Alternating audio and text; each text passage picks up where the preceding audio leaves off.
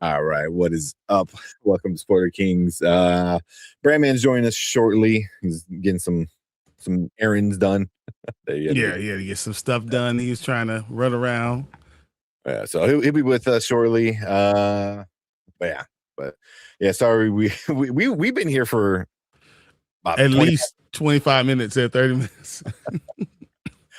Yeah, so yeah, this wasn't comic books. It was Dungeon Crawler Carl. Look, there should be a rule that we should not be allowed to be alone, talking about stuff. We are not allowed to be alone. And then all of a sudden, I was like, look, I had to fight myself, or I was like, okay, or we could talk about something. So I said, no, we gotta get started. But I still have all the stuff I want to talk about still up there. So yeah. The problem is, like, we can't talk about it specifically, that stuff. We can't talk about it on stream because if any of you guys plan on reading it, like, we're talking about like shit that happened in the last book that's like will spoil everything. So it's like, like it's not like something we can just talk about and be like, it's no big deal, but yeah, it's a so Teague says as for next time it'll be about the dungeon crawler that led the reader into the comic book shop loaded with collectibles. 100. That sounds like us. That's exactly what's going to happen. We're going to have that. I'm all for it. All right, what trailers are we supposed to be watching tonight? I forgot. What trailers are there? I know the new Odyssey. The final Odyssey. Chat, we're saying what you guys were saying? I saw the final Odyssey is the only one. Is that lightning? I can't tell. Yes. Yeah, it's like it is like flashing outside. I saw some. What else? I got like a front row view of that right here. So yeah. The Star Wars Visions, the 9th Jedi trailer. Oh, okay. Check that one out. Because why I include us in these conversations here? Because if you do plan on reading Dungeon Crawler Carl, it would ruin the conversation. It would ruin your experience, and that's the part. We're talking stuff that just happened in book 8, which is the last book that just came out, and that's like 8 books in. So you'll part be lost and part be like, why'd you ruin that for me? Oh, that's good. Yeah. Oh man, we got Jen in the house. What's up? I know she was over with Alonzo and Brian. What's going on, Jen? Appreciate it. We were just looking at. Also, we were talking about Silo and we were talking about the watch party we're going to do on Saturday, but we're seeing if it already came out and it doesn't come out yet. So we're just talking about all those things too, kind of making sure we're ready for you guys. Mm-hmm. Yeah, I know. Fernando says we're reviewing X-Men tonight. Oh yeah. So I got ahead of it. Where is it? And I added this. Yeah, that's like in the lower. You know what I wanted to do? I wanted our Kings opening because we get copyright every time we play our Welcome to the Movies that song. I was gonna repeat myself going because now you can't copyright because it's me.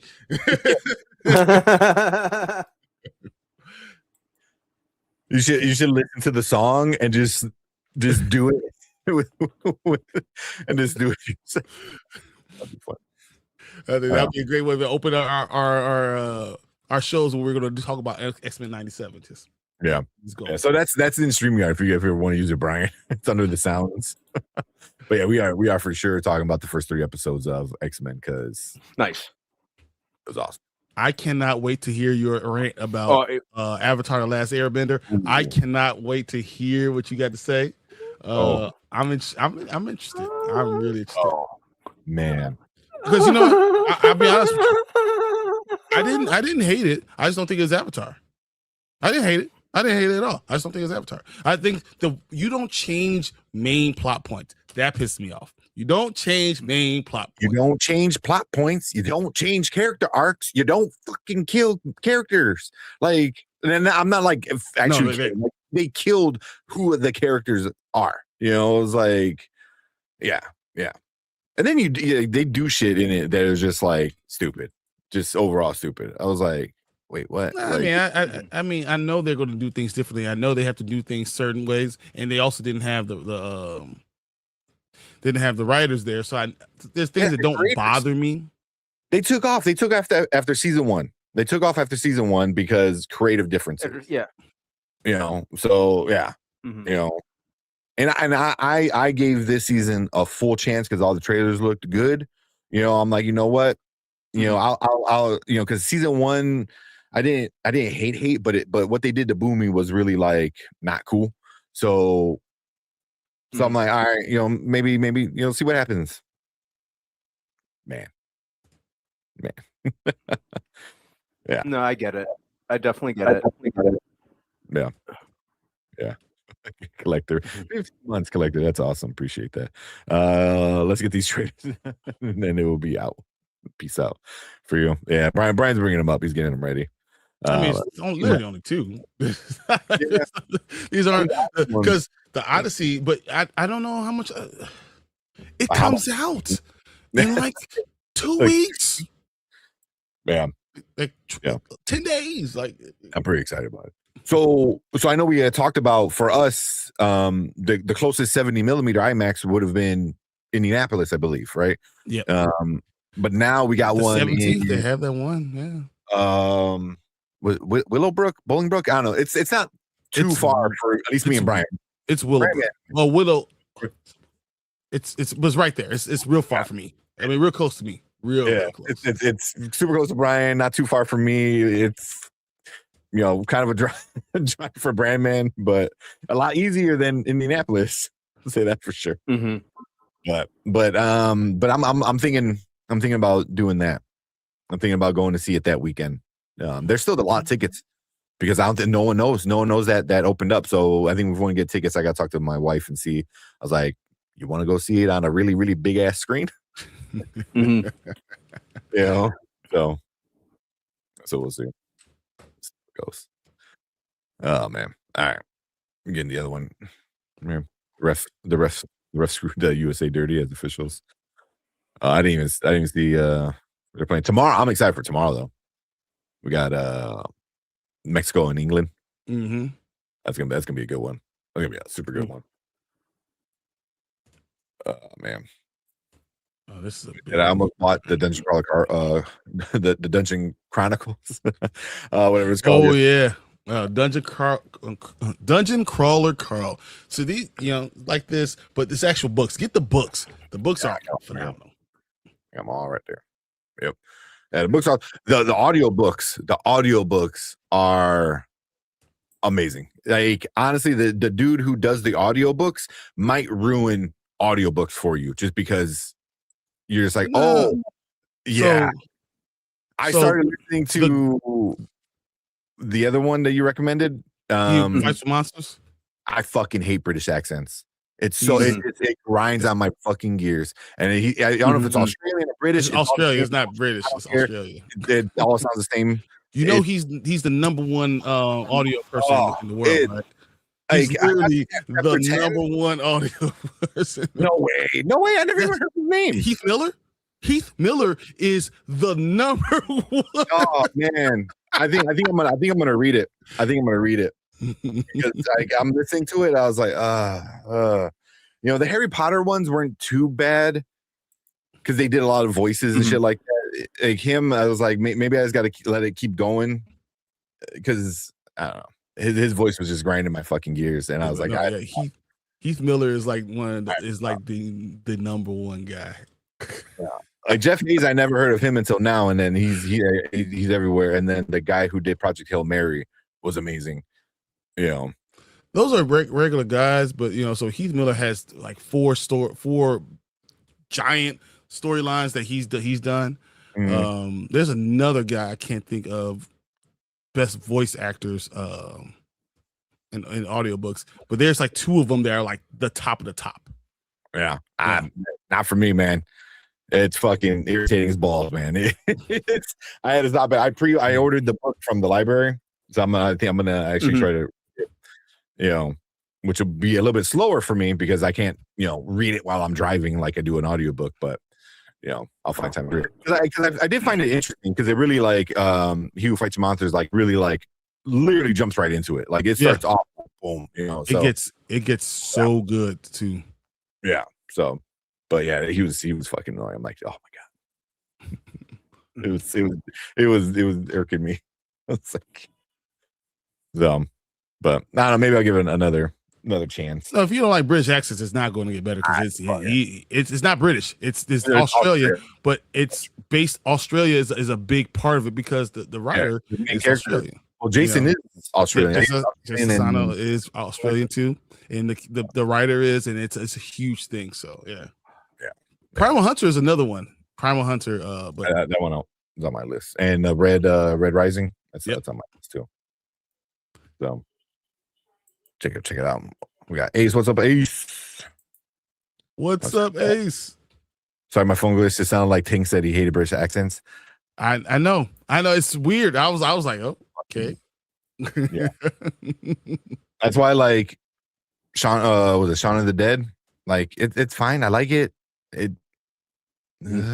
British humor doesn't do it for me either. It just. So you don't like Star Trek? Star Trek's not British. I mean, all the actors are. It's like 90% British actors. Not British though. They all have their own like accents with it when it comes to it. The only one that keeps Jean-Luc Picard, like come on, he's the only one that kind of keeps it. But his is not like overbearing. I mean, there are stuff I do like Sherlock.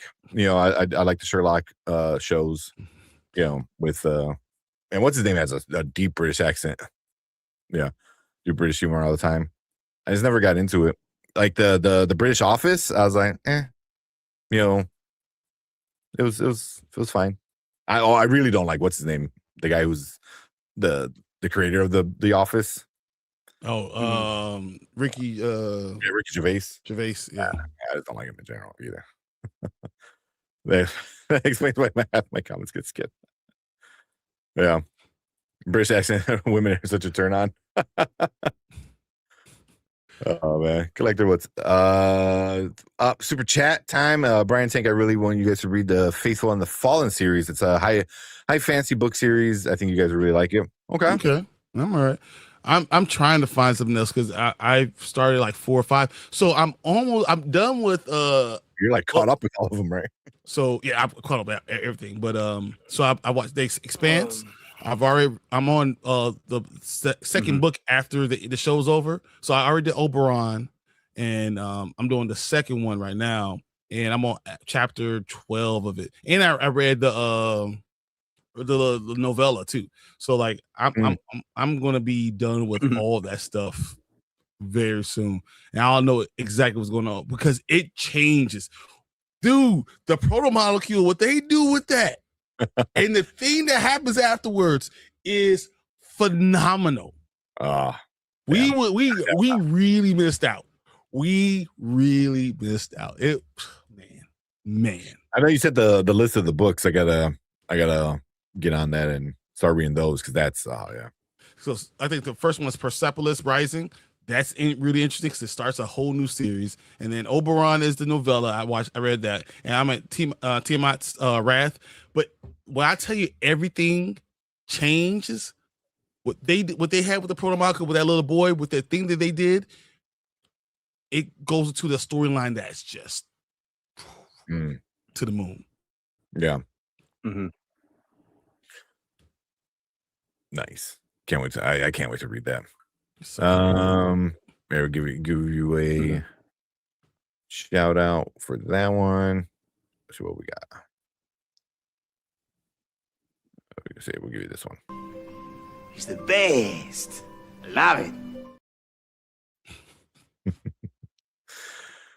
Oh man, appreciate the super chat, Collector. Definitely put that on our list. And yeah, I most likely for me, I'll probably be reading it because I'm planning on going on vacation and traveling to Canada and driving. So I'm probably gonna be. I need at least 3 books to read. Just on the way there. So, and I really want to go to the New York Comic Con, and Jen said she could, help me up with someone who gets tickets. So I definitely down with that too. All right, super cool. Oh man, they say he's reading the second book. 75% done. I'm chapter 95. It's 120 chapters. Cool. I'll send you guys a picture of the book when I'm done. Sounds good. That sounds really good. Yeah. Who else we got in here? We got Tony in here. Tony, what's up?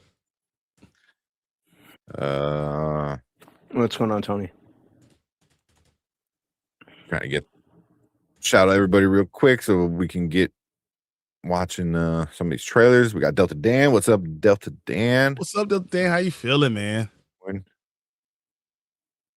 So how far is Canada from Chicago? So I can get to Toronto in about 6.5 hours. Maybe 6 hours to Toronto. Yeah. I'm gonna go up right through from Chicago to Detroit, cross over Windsor, and right to Toronto, and then I'll go cross to Niagara Falls. Oh, okay. Mm-hmm. I did it before. I think I gotta get to Canada. Canada's awesome. I gotta make a trip up there. Mm-hmm. It's a beautiful place. You know, it's different, but kilometers really effed me over because I was like, this is slow as hell.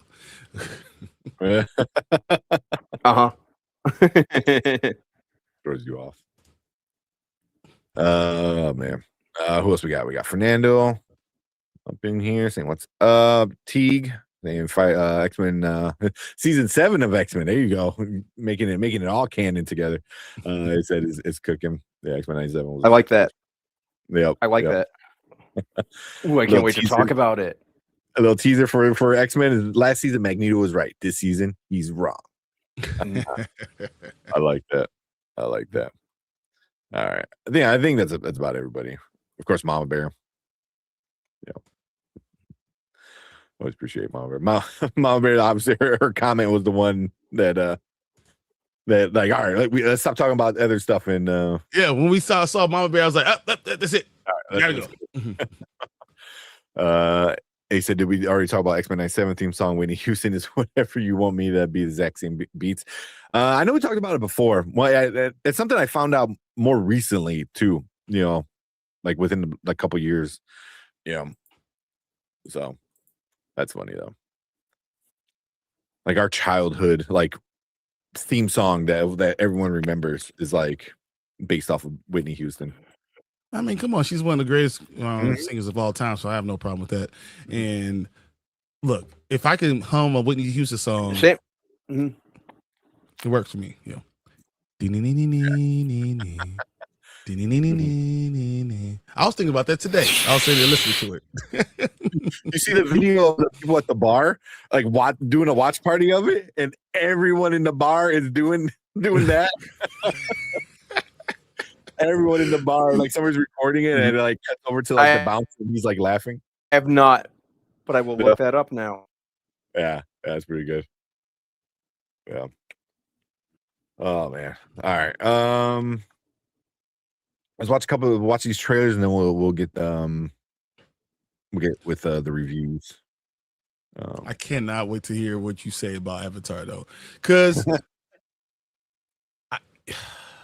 Toph is going to be something we have to talk about.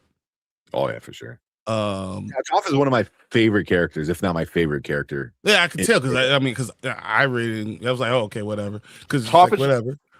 Iroh is my fucking favorite character. Toph is my favorite. It's not even close to me. Like Toph is my favorite character behind. What were you gonna say? No, Toph is my favorite character. But well, you know, my favorite character is Zuko. I was gonna say Zuko. Zuko. Yeah, but like Toph, it goes Zuko, Toph, then Aang are my top three. Well, it's kind of tied between Toph and Aang, but yeah, Toph is a great character. And we're gonna get more into it in detail, but just her entire arc and her disposition, I think is definitely one of my favorites. You know, Zuko has the most, to me, has the most like rounded character arc, I think, and they're always kind of even with some of the newer content, I kind of feel like they've always progressed with him. But yeah, it's definitely those are my top two. I love Iroh because I feel like no one would have gotten anywhere without Iroh. That's a good point. Oh yeah. Yeah. I definitely agree with you. And I love what he does in his tragedy and his grief really kind of puts everyone in place. And then there's no Zuko going through what he goes through without Iroh. And you remember what he did to Ba Sing Se, and then him having to come back, like, dude. But so this, I will say, Avatar bothered me so much during this part specifically. I had to go back and watch the cartoon because I was like, what the fuck is going on? Am I wrong? Is this not right? I know exactly what part you're talking about. I already know what part you're talking about. I went back and I was like, that's not what happened, is that? Oh well, let's just watch these trailers because we'll talk about this for real. All right, we got Derpy. Derpy's gonna be joining us for the Avatar in a little bit, so after we watch the trailers, we got She coming in. What's up, She? How you feeling, bro? We got Lawrence. What up, Lawrence? What's up? Yeah, Toph is a legend. Or is it Iroh's a legend. Toph is my favorite. Yeah, I mean they're all great characters. I love Zuko. Zuko's great. Even though Zuko's they great. make it Zuko, every girl that sees Zuko loves him. Is that what's going on? I guess. Yeah. I guess people love the whole, like moody emo type.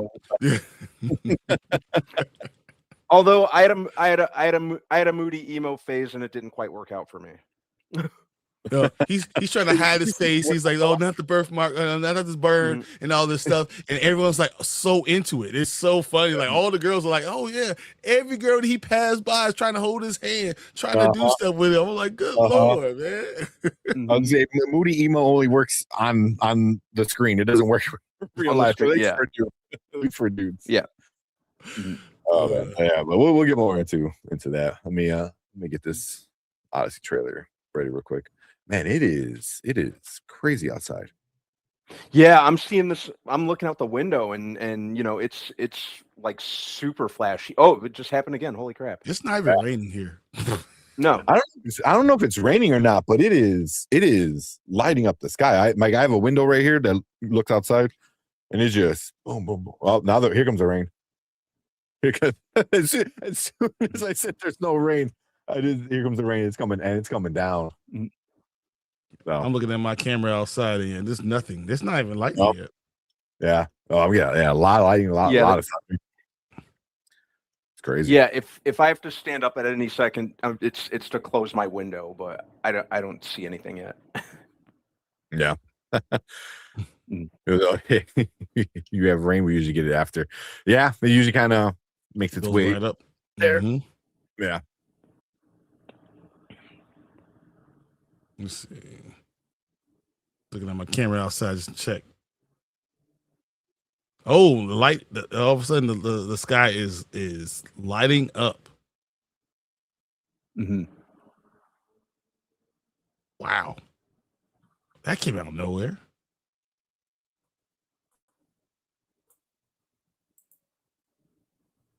Dude, it looks like the end of the world.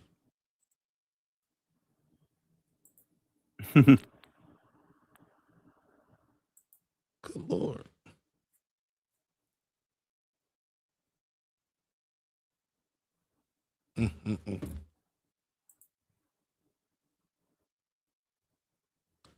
So and just lost power. Okay, so Tank is actually gone. He lost power.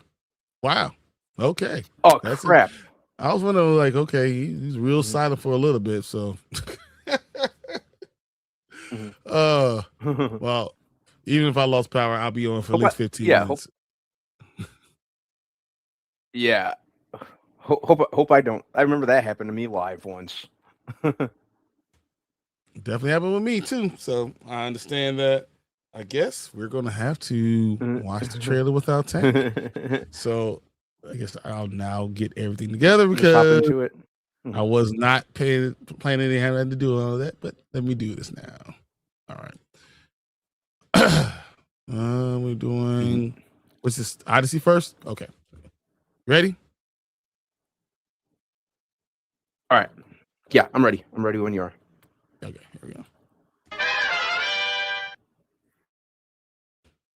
And welcome back to Spoiler Kings. Guys, we have another trailer for everybody. We're going to watch the Odyssey final trailer. This comes out in what? I guess 15 days. 2 weeks from today. weeks? From today. Yeah. Yeah, we'll be able to see the Odyssey trailer, Odyssey actual movie. So let's kind of take a peek at the movie, the trailer, the last one. See if we understand what's going on with some of these characters, and let's enjoy it. Yeah, let's go. Wow. Ooh. Now, I think this trailer actually, if I'm being completely honest, this trailer did a little bit more for me than the last one we did. I think I was kind of in a state of limbo with this movie after that, but it's Christopher Nolan, and in some way, even in some capacity, I think even some of his lesser movies still work for me on some level. And the dude loves cinema. He loves, like, if you watch interviews with him, he's really passionate about IMAX, the technical element of it, and I will always respect and love him for that. I don't care about all this back and forth about the cast. It's a fantasy story.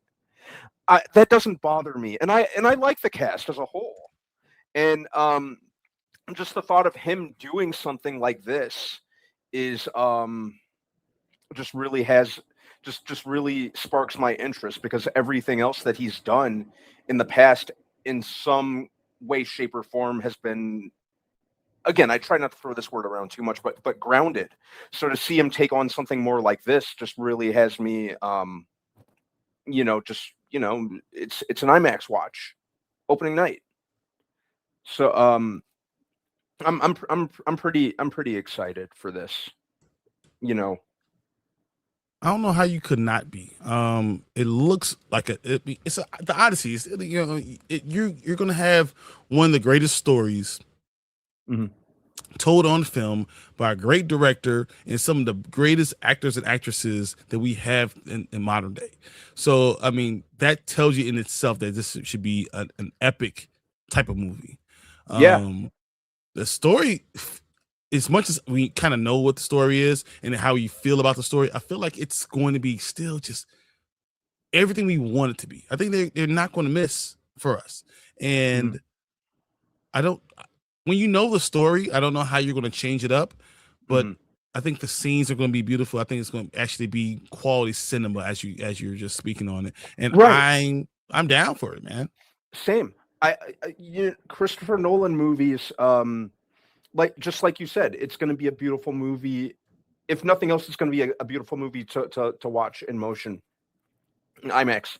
I have to watch Nolan movies in nothing short of IMAX. So, and I loved Oppenheimer. I mean, like, the cast for that had me excited when it was announced. Everything that, like, he's got my interest pretty much no matter what. So, and everyone, even with the backlash about the casting, it's like, yeah, I'll see you opening night. You're still gonna go see it. This is still getting your money. I'll see you there. Are you worried about what you're gonna get from the domestic box office? Because I think I agree. I'm looking at Kevin. He's saying the international box office is going to be between $500 and $600 million. I believe that it's an international story. So, do you think the domestic box office is going to be enough to get to $1 billion? Yes, I do. Because everyone, and I think this goes in particular for U.S. audiences. Everyone knows Nolan. His name is enough to fill seats. I think that he gets the interest of everyone by his name alone. So I think it'll be just fine domestically speaking. I think that's it might even be the biggest boost. People are gonna go see this. No, international is going to be the biggest number. There's no question in my mind. That international number is going to be humongous. I mean, it's an international story. They're going to push it like no other. But I think people are going to love just the storytelling. I think it's going to look beautiful. I think You trust Matt Damon. You trust that it's going to be epic, and I can't see anyone not wanting to see this. So, I mean, the trailer just it keeps me feeling that way. I cannot wait for this trailer. How do you feel about the casting of Matt Damon? Better. What? Yeah, this trailer really sold me on this. I liked the initial teaser trailer from last summer. I liked the prologue we got with Avatar, and then I think there was one more trailer, or not. I think there was another trailer shortly after that, a couple months after that, and then I think there was one more after that, right before this one. No, am I wrong? It might be. It might be. All I know is right now I think this. You have a movie that's going to be epic. You just got to get in. Get it. I believe most theaters for that first weekend that's coming out is going to be sold out. I believe if you don't have your tickets in the next 4 or 5 days, you're not going to see it opening weekend. That's how big I think this is going to be. But it's going to be on so many screens. Maybe you're able to see it on lesser screen, but you're not going to be able to see it here. But I actually like this trailer. I think it's done enough. Not telling me everything that's going to happen, but still kind of pushes you the agenda there and kind of understand how epic this is going to be. So I'm excited by it. I definitely am. All right. And then I want to show you this real quick. Mama Bear says, have you seen the popcorn bucket? I'm gonna see if I can remove this. This is the popcorn bucket that it's going to have for the Odyssey. You see the horse, the Trojan horse popcorn bucket? Yeah. Pretty I had cool, a feeling it was going to be the horse. That's pretty cool. So yeah. That's very cool. Cool yeah, I enjoy that. All right, but that is our review of the Odyssey trailer, coming out July 17th in theaters. Get your tickets now. This is what we're thinking about it, but guys, if you're watching this a little later, let us know what you're thinking about this. Are you excited about this movie? Is this going to be as epic as it seems to be? What are your feelings? Are you going to go see it opening night, opening weekend? Do you have your tickets already? Kind of, put the comments down below. Let us know what you're thinking about it. Also, when you get a chance, make sure you hit that like button, hit that subscribe button, so you can hear when we actually see the movie. We could go through a movie review with you, tell you what our thoughts, and encourage you to go see it. So yeah, until then, guys, we're gonna go watch a couple of extra trailers tonight. But please join us on our live shows on Mondays and Thursdays. Thank you guys for watching this trailer. We'll see you guys a little bit later.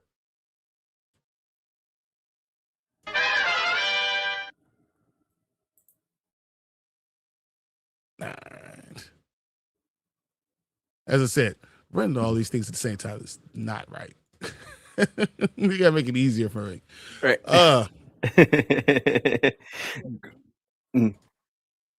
Freaking great month for Tom Holland too. This and Spider-Man back to back. Do you think he will have $2 billion movies in a month? Do you think he gets $2 billion movies? Yeah. I think so. Because like we discussed multiple times, Spider-Man is enough to that's a bill in itself. Just the name alone, that's gonna manufacture its own money basically. And the Odyssey, like I said, same. It's Christopher Nolan. He's made banger after banger, so I'm not worried about that one bit. So yes, to answer your question, yeah, awesome. Well, we got a super chat in here. We got Lawrence coming in with the $10 super chat. Thank you, Lawrence. He says, for that Dave Hot Chicken X-Men 97 meal, gotta split it. Oh my God. Dude, have you seen it? What? I haven't. See if I can bring it up real quick.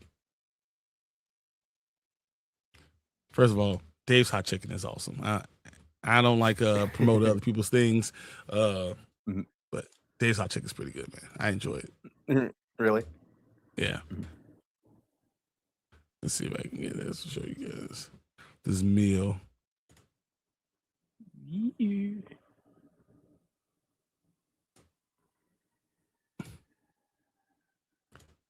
There we go. It is.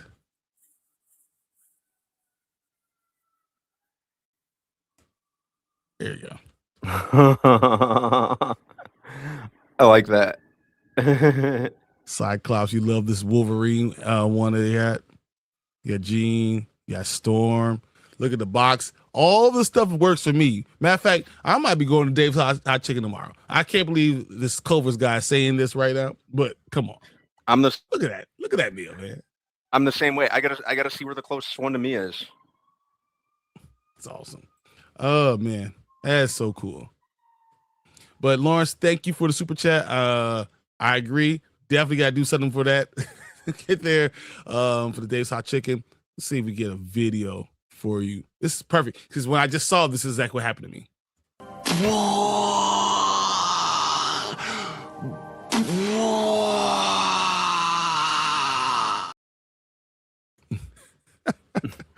So yeah, appreciate you, Lawrence. Definitely.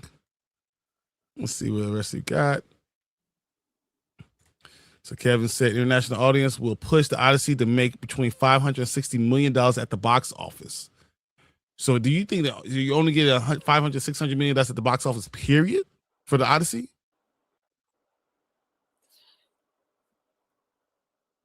No, more. I could see it being $500, $600 million just international. Yeah. You know. Yeah. We'll see. I think it's I think this is going to make an unholy amount. That's me though. So Odyssey opens $80 to $100 million for the domestic box office opening for that first weekend. Mm-hmm. So I'm going to guess that just domestically that we're going to hit somewhere between, I'm going to say 350 million just in domestic. And I think we're going to hit 550 to 600 for international.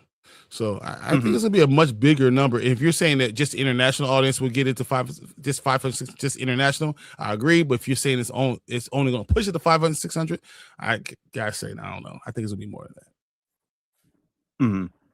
Ooh, Mama Bear. Okay, I see this. Let's see if I can pull this. All right, I'm gonna show you what Mama Bear just sent me for this popcorn bucket because I think that's pretty cool. There you go. Are they? Check this out. Did you ever hear the story of the horse? But did you hear it from the inside?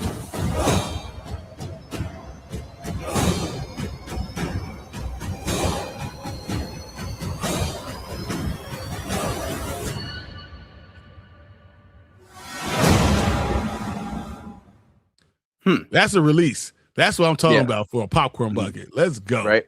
Let's go. Yeah. I think I'm gonna grab that one and add it to my growing collection because I'm now at the point where getting popcorn buckets or a soda cup is like a weekly thing for me now. And pretty soon I'm gonna have to get like a whole shelf to put in my living room. Jen says, I can't wait to see the Odyssey. Me either. Right there with you. Right there with you. She'd say, I still haven't seen Oppenheimer. I'd watch Oppenheimer. I liked it. I honestly, when I heard, because do you remember, Brian, when they first announced that Christopher Nolan was making this movie and we didn't hear anything about it except that Cillian Murphy was going to be the star, and then the cast kind of kept expanding and they didn't say what it was until they put out that first picture of Cillian Murphy with the brimmed hat and the cigarette in his mouth. And then they said it was Oppenheimer. I'm like, let's go. That is right up Nolan's alley. Is it anything more epic than this one? And she said Nolan does epic well. There's nothing than the Odyssey. No, this is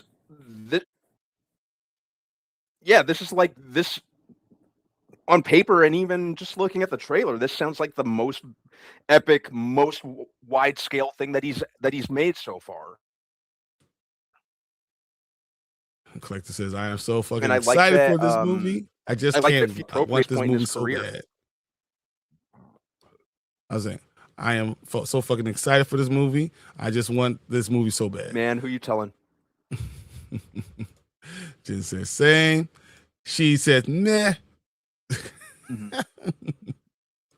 So I love classic novels. So that bucket is up my alley, 100%. Fernando says, "Bang, bang, bang, bang." It's phenomenal.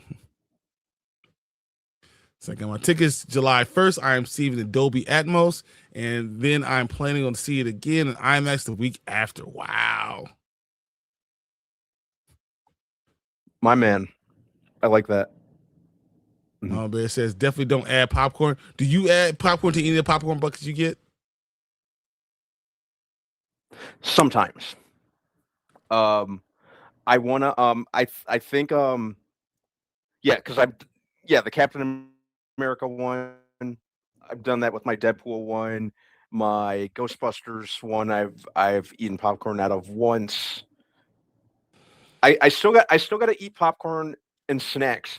I want to, with the Castle Grayskull one, I want to do the whole shebang. You know, I want to I want to have popcorn in it. I want to put snacks in the top of the Castle Grayskull and fill the that detachable cup with pop. Okay.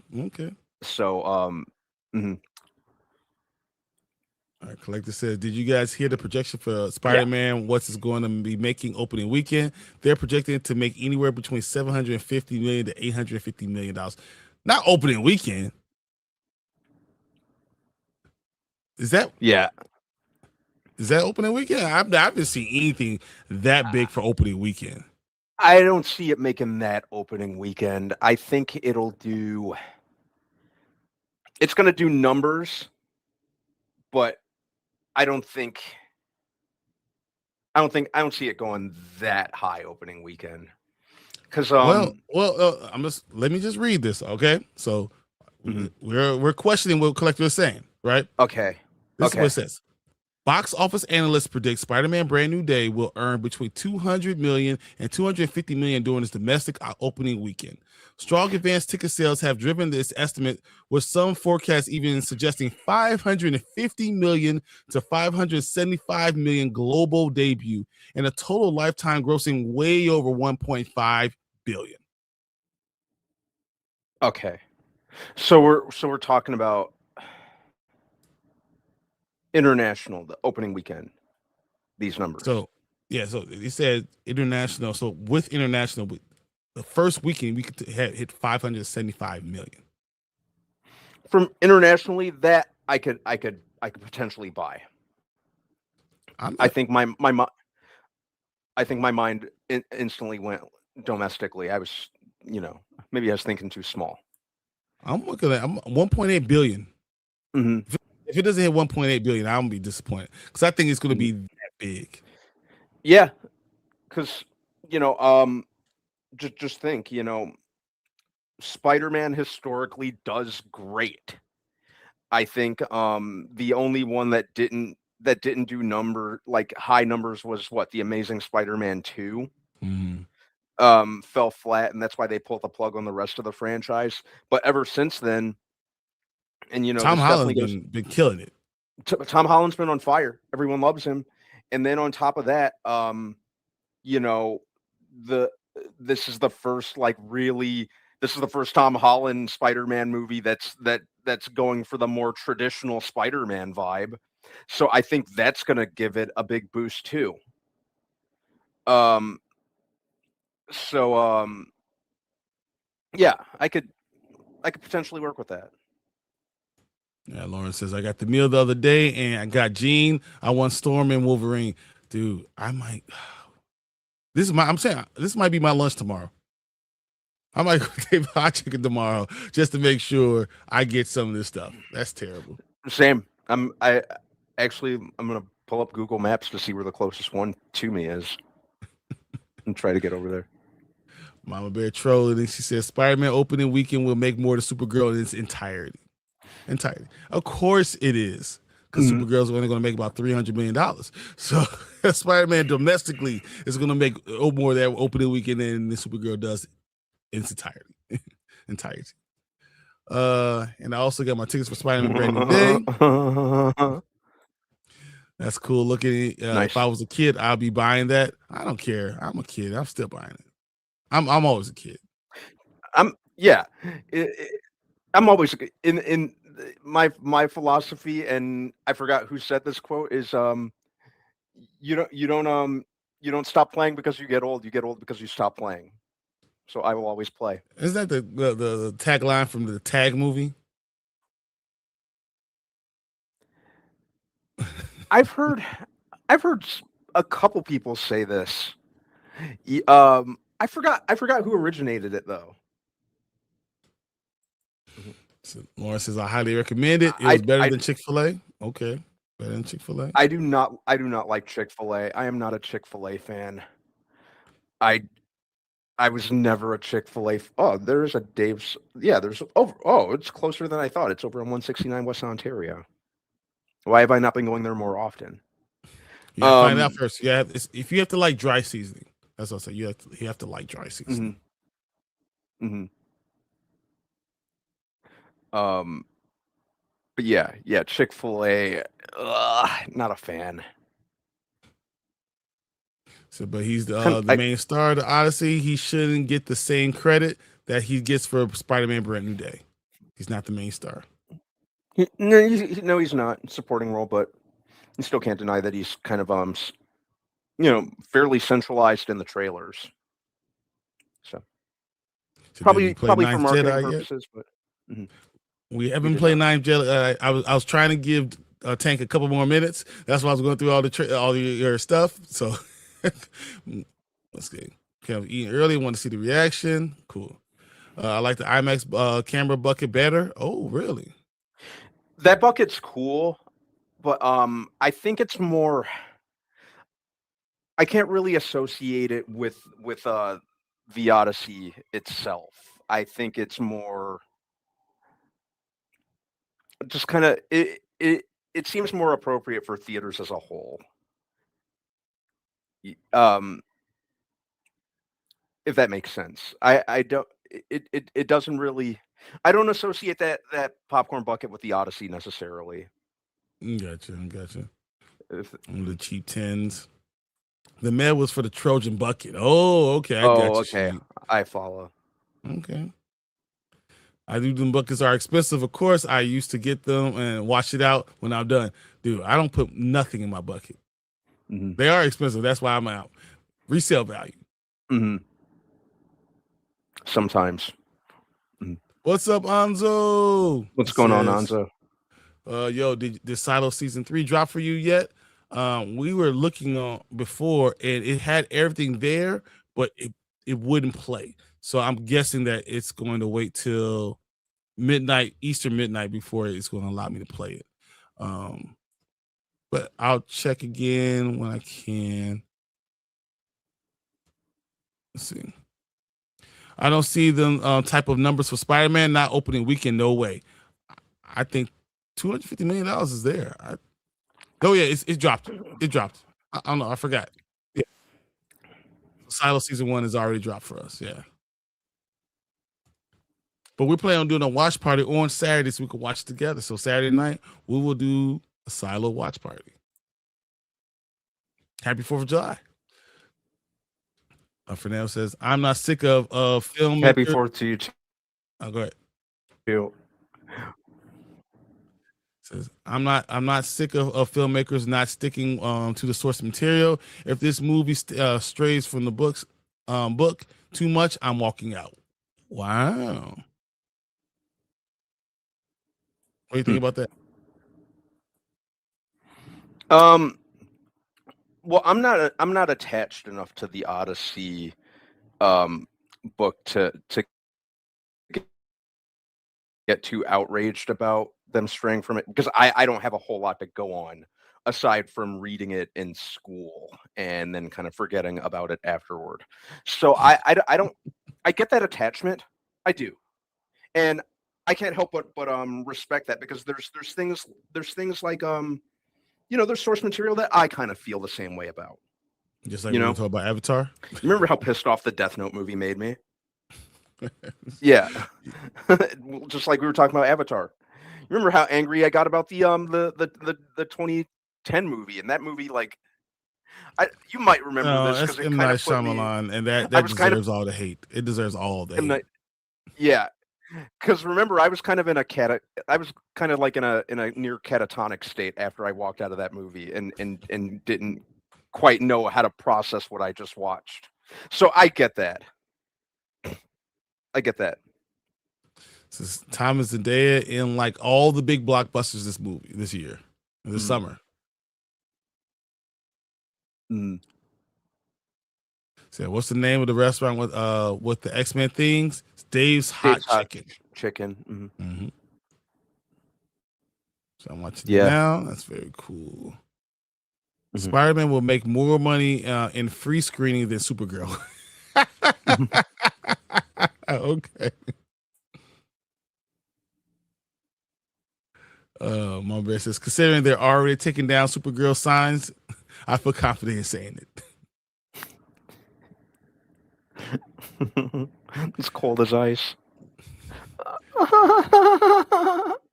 Lauren says, I don't like canes. I don't like Raising Canes either. I tried them once because they opened one further down on like Michigan and Madison, right across from Graham Crackers down here. I went there on a whim once because I just couldn't decide on what I wanted to eat one day, and it didn't do a whole lot for me either. It's just there's bland. no seasoning. Yeah. No, you know what I did actually a couple times. This guy that I follow on Instagram, like he does like health friendly alternatives to things. So he made an alternative to Raising Cane's chicken strips. So I'm like, oh, I got all the ingredients. I'll make it here. I think I liked that better. It felt more flavorful than what you get at the actual chain. Okay. My business, I like Chick-fil-A salads. They have freeze dried red peppers on it, and those are insanely delicious. Never tried their salad. I know my mom likes them. I don't mind their salads. They're fine. It's just okay because they have eggs on it. I like eggs on my salad. Me too. Fernando says, I'm so sick of filmmakers not sticking to source material. Yeah, if the movie strays, I'm walking out. I got you. Again, I understand that when it comes to source material. Like I said, I don't know enough about the Odyssey to go on Fernando as presumably as much as you do, which again I definitely respect. So I understand where you're coming from. Again, I feel there's stuff like that I feel the same way about. If you're not going to stick to the core story and respect it, just name it something else in some cases. So it's giving cinema. So Chase is giving out free Apple TV for 12 months if you don't have it. Chase Bank is okay. Spider-Man had two of the biggest trailers ever. It's having No Way Home numbers or bigger. Exactly. I agree. That's exactly. I'm so excited for this new Spider-Man. It's just giving off all the vibes that I as a lifelong Spider-Man fan. Again, my favorite superhero. It's just giving off vibes from a lot of the traditional comics. I feel like there's some elements from the video games in there, which I absolutely love. I'm getting a couple of spectacular Spider-Man vibes in there. It seems like the amalgamation of everything that I want to see, and just hopefully, and I like the director, the Shang-Chi director. Watching his interviews, seems like he's cooking. So yes, happy 4th of July. Hoping I'll be home in time to join for the silo watch party. I have 4th of July party to go to, and we're also celebrating 2 family members' birthdays. I didn't even think about how we're gonna get this done, because 4th of July was the fireworks and all that stuff. How we're gonna be able to do it, we'll figure it out. We'll let you guys know how we're gonna get it done. Mhm. So I even like Brother for Where Art Thou. I Seriously. like Oh Brother, Where Art Thou? I like the Coen brothers. They made some of my favorite movies. So collector says, Fernando, you seriously gonna walk out of a movie theater that you paid money for to see a big dollar figure? You must be rich then. No, you just go ahead and tell I want my money back. Can you give me a little coupon? I'll come back. Mm-hmm. So they'll bathe it in water. Yeah, we can do that. Ice cold. Tell me about it, Fernando. I need a big bag of those red peppers, and I'll eat them instead of potato chips. Mm-hmm. All right. We got through those. I think I'm trying to figure this all out. Let's watch this Star Wars Visions. I really want to take to watch this with him because I know he loves Star Wars and he loves Visions, but gotta kind of keep it going. So let's do this anyway. All right, here we go. All right, welcome back to Spoiler Kings, guys. We have another one for you. We have the Star Wars Visions. I am so excited about seeing this one. I don't know why, but I didn't know the Ninth Jedi was going to be something coming out right now. Did you know that this trailer's coming out? I did not. This is brand new news to me. Okay. Well, then let's pay attention to it. Ninth Jedi. So I want to play it from here. Let's watch it and let's react. Here we go. 銀河系からジェダイもシスも消えてしまった。宇宙の秩序は乱れに乱れ、恐ろしき戦国の世となっていたのだ。探しているのは共に銀河のために立ち上がってくれる者たちです。新たなジェダイと共に戦ってくれる兵がいなければ。あなたジェダイなの？ Oh, very cool. 我が名はナワーム。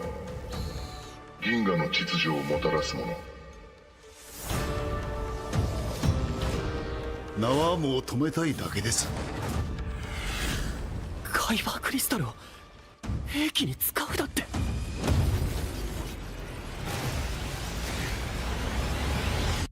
発射。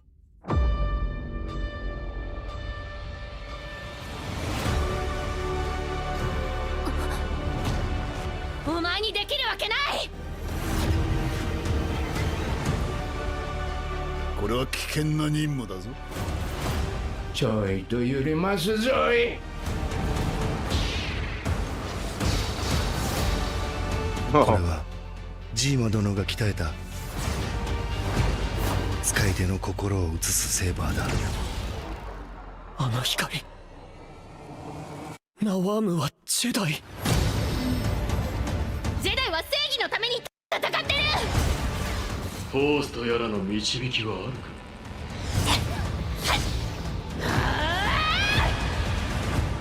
そういうお前は正義とやらのために何人殺した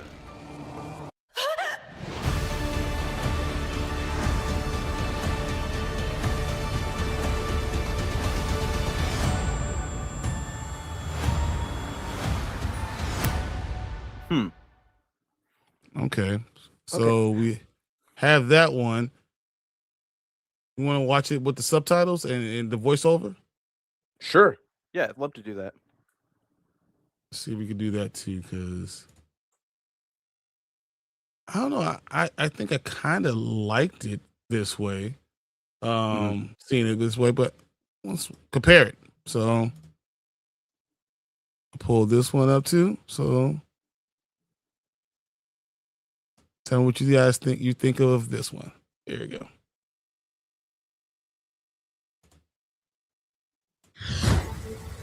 The Jedi and the Sith have disappeared. A terrible age of conflict now mires the galaxy. and chaos. We are searching for allies who will stand up with us for the sake of the galaxy. We need Jedi to fight alongside us. Are you a Jedi?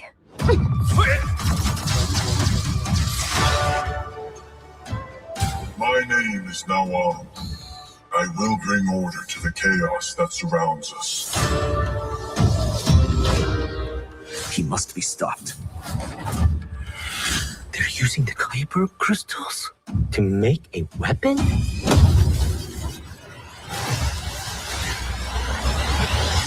Fire.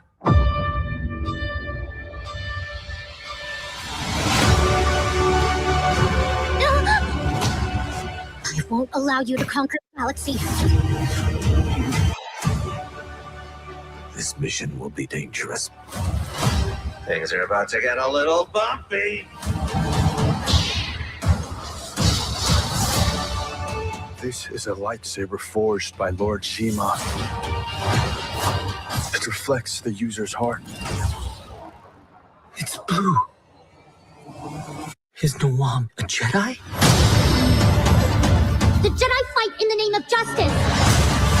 Does the Force actually guide you? How many people have you killed for the sake of justice?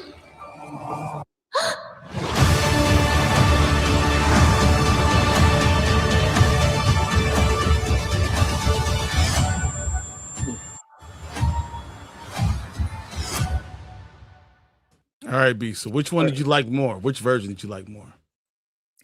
I kind of like the Japanese version a little more. Or, yeah, was that Japanese? Yeah. Yeah, the Japanese version a little bit more, just because I think it felt more in line with the vibe, especially from a visual standpoint. So I kind of preferred that one, if I'm being honest, and I don't mind watching things with subtitles. So that one resonated with me a little bit more. I watch my anime on Crunchyroll. Uh-huh. So, and I'm used to subtitles. I actually like subtitles a lot of stuff because I feel like you don't lose things in translation. What is Star Wars? I mean, they're literally, space like samurai. Like it's the samurai culture, and that's what the Jedi are, right? So like this really fits together really, really well. I loved all the scenes. I mean, it looked beautiful, and I think that's something I didn't even realize I was missing that I've always wanted. This looked amazing. I liked both versions. I understand why you could like the English version because it kind of hits you better. But for my anime, just style that I like, I enjoy the Japanese version. So I am down either way, no matter what. Same. I think out of all the Star Wars Disney Plus content, I like Visions the most because A, you could do more with animation. B, just the anthology vibe is just something that I've always loved. I love anthology stories, and on top of that, Visions is something that you can do solo, like expanded stories with. So there's a lot of stuff there. Maybe we're gonna get more out of this concept. Dude. So I didn't realize I needed this. I didn't realize that I needed an anime style Star Wars story. Thank you for this. That was phenomenal. Yeah, shame on me for not even knowing this was coming. So dude, I am so excited by all that. Let's look at your comments because I think you guys have some pretty awesome comments when it goes. So there's an English version out there. I saw it earlier today. I love the anime look. Yes, exactly. Saying it's subbed or dubbed. They did their big one. I thought that was really good. Star Wars animation is kicking ass. Yeah, I mean, think about what we got with Maul. Man, So this is good. So I'm excited. Mama Bear says Kill Bill with lightsabers. She said he prefers English. Okay. Lawrence likes the Japanese version is a mood. Yes, exactly. So if you're used to the Crunchyroll and seeing your anime that way, I can understand why you like it. Mama Bear prefers subtitles. See, I can't wait for this. I can't wait for any of this stuff. Fernando says, I 100% agree with Brandman. The Japanese version is superior.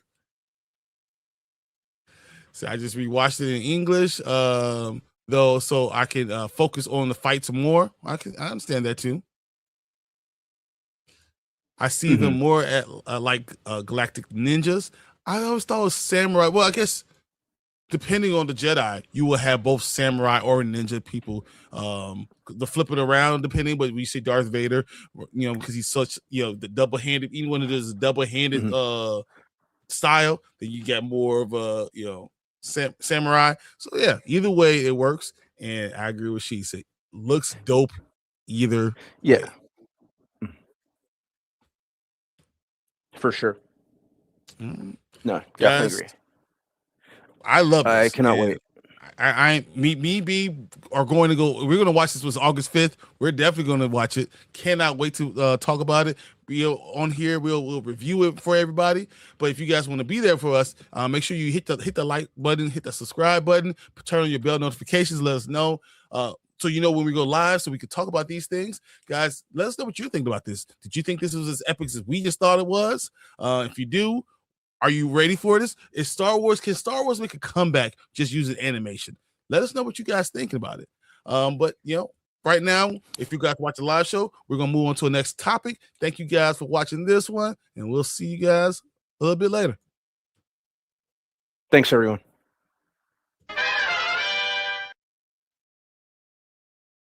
All right, you come back on now. Jesus, man. It was like the wildest. How long was it? Like 30? It felt like an hour. Like, geez, man. I was like, yeah, it was I like gotta 40 figure minutes this out at least. Yeah. Like literally, where I'm like, oh damn, that's a lot of rain, and then all the power went out. Right, all the power went out, and it was like the whole block. So went upstairs, started to get everything ready, and then just pop back on. And then it popped back on. So, made sure, they had to make sure everything's on and off properly. And then I'm like, all right, well, internet's back up, everything's going. I'm gonna go downstairs. Fucking water. I got water in the basement. What? Yeah. So that's what took even longer. And this is new. So when we first moved into this house 10 years ago, I've been in this house for 10 years. There's a big water problem. It got fixed, but right now this is I never had water come in from where it's coming, and it's like seeping in through these little cracks. But also, I'm like, I told Eric, I'm like, I don't ever think we got rain like this. Like there's rain in spots of the house that are covered, so it was like rain coming sideways. So it was coming down so hard and fast. So it was getting certain spots that don't get some rain. So now I was like, and the worst part, it's like, so right is my computer, and right next to it is like this wall. It was everything. So luckily all my wires are kind of organized. You have water underneath my computer. Did you use the comic books down? No, the comic books they're not on the floor. Well, no, they're on the stairs, right? Because that's right, but so that's right behind where your computer is. Yeah, but right? that's inside. Those are inside stairs. They're not from outside. Yeah. So yeah. So I have like 2 freezers I had to pull off away from the wall pad, and then me and my wife are like, where the fuck is the water coming from? So we're like looking, trying to figure out, and then we see there's this like little crack. It's not even a crack. It's like where the concrete meets the wood where you build the house on. All of that. But I'm like, it never sees any water because we never get rain like that. So it's like, so now add that. I'm guessing it's not like a big deal, because like how often do we get rain like we just got right now? But you can seal that. Those are things you can get sealed. oh man, but I was like, fuck. It's like, so I came down. I'm like, all right, come down, stream again, and then I walk in. I see this stream. You see a stream of water. Stream of water coming from where my computer is to like I have one of the holes in the water holes over here. So it was just going right across. I'm like, fuck, and then That's annoying. yeah. So we like pulled it because we have a bunch of like shitty towels for the dog. So when he goes outside, he's wet. Dry.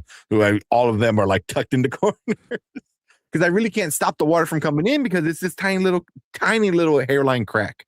Or not even a crack. It's a seam that follows like all the part of the house that's on the back side of the house. So yeah, I was like, shit. I mean, of course. So yeah, so like sucks. Oh my god. Yeah. Wow. Okay. Yeah. It was crazy because I'm like, damn, it's raining hard, and then it was raining hard, man. There was like I opened the door and like water was hitting the screen door, and I was like, I'm like, damn. And then we have an awning, so like usually rain doesn't get all the way up to the door like that. Yeah, it was all fucking wet, and I didn't even think about it. Yeah, so I was like, that's crazy. I'm sorry to hear that, man. That's nuts. Yeah, but I mean, at Yeah, least, man, that's terrible. Yeah. She said, well, you found out where it's vulnerable, so now you can seal it up. Exactly. Because like once, because right now my wife's not working because she's watching the kids and stuff like that. But I'm like, once they get old enough to be in school, she's gonna go back to work, and then we'll have some extra money coming in. And then we plan on doing a lot of more renovations for the house because as the boys get bigger, we need more space. So we wanted to redo the basement. I'm like, oh yeah, it's good. Like we haven't had water in like 9 years. And I was like, shit. So that's so good. That's so good that you found out now. At least I found out now, and because that's the worst. It's like once you put drywall and shit like that. Oh man. And trying to open it up. We've had to cut open multiple things. Oh, it's such a pain in the butt. Yeah, because I'm talking about it's like a whole stretch of wall, and then I have this little L bump out, like all that whole all of it, maybe a good like 30-ish feet. I was like, fun home ownership. Yay! Yeah. That's why I am not in a rush to buy anything. Yeah. The first thing I checked was like all my check my comics because I have some comics up. I mean, they're not really touched, but I wanted to make sure. And then I have all my X-Men shit like right in between the DVDs and the shelf right there, like a whole wall of X-Men, all my X-Men toys, which you guys can't see, which sucks. But they're not on the wall directly. You have it hanging up, right? Yeah. So I just have a piece of plywood, and then I just have them all hanging up right there. So they're not on the wall. So there's like some space, but still. So yeah, so I was like, damn, man. It's like, so it felt like I'm like, shit. What time is it, man? They probably already talked about X-Men. They already talked about everything. I was trying to hold off. I was going through all of it. Yeah. I was trying to hold off. I was like, let's see how long I can hold this off. Yeah.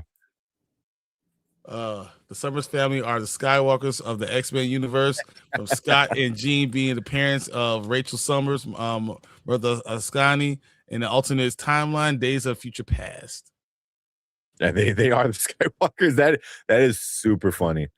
Because even you get like clones with Malin Pryor, then you got Rachel Summers, then you get Hope Summers, then you get Cable. It's like, then you get his brother, and then you get his dad in fucking space. It's like they are legit like the Skywalkers. I mean, yeah, Havoc and all that. Yeah. So it's funny you said that because I got. Oh, that's cool. That's a cool. Oh, nice. Yeah. Put that up today. Yeah. I don't know how much they're going to use of that actual storyline in this season, but I mean, but besides the time travel part of it all, but yeah.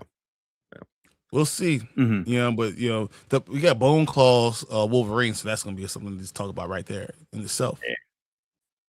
Yeah. Oh man, once he meets Magneto again, it's like, you mother. She said home ownership is not for the weak of heart. 100%. Or the week of the wallet. Oh, good Lord. Yeah. Since Sport of Kings continue, remember her timeline in the same timeline that Bishop hails from. Then you have Scott and Madeline Pryor's son, Cable, who grows up to be up in the far future of the days of the future past. Yeah, 100%. Yeah. Yeah. So you didn't get to see the Star Wars Visions, huh? I did. I was well, I had you guys on my phone the whole time. I was listening. Because I was also using my phone as a flashlight to kind of like see shit. So yeah. It was funny because when you left, I was like, oh shoot, I guess I gotta figure this stuff out again. All right. Let me do this.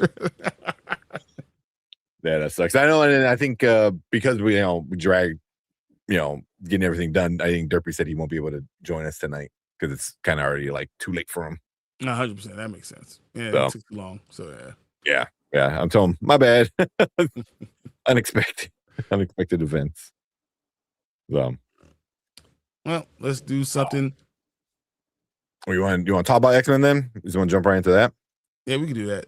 Can you give me 2 minutes? Because I forgot I left that's the food I was supposed to go upstairs and grab. I never did go get it. And so let me go do that before my wife comes downstairs and sees it. So I'll be right back. Give me like 2 minutes, real quick. Wow. So I know Brian's been like on stream, man. Like 7. Dude, I keep like looking out the window.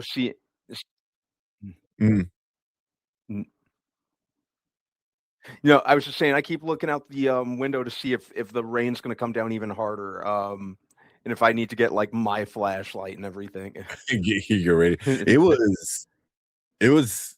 I think it would have already came by you because usually like weather from me to you is 30, like less than 30 minutes. So, but yeah, it was coming down, man, and it was lightning bad. It was bad. So It hasn't even come down over here. It just just a lot of lightning over here. Yeah, it was it was really, I know that Brian said it like it's not even raining. I was like, it was raining over here like crazy. But yeah, that's about it. So, that's good. Oh man. Yeah. Teak said, season 7, episode 2, we have met all 3 Summer brothers from Scott, the middle brother, and Alex, the older. Gabriel, the youngest, with Shiar in season 6, episode 6. Yeah, we got them all now, right? Yeah, Gabriel Summers misspelled. I think so. Yeah.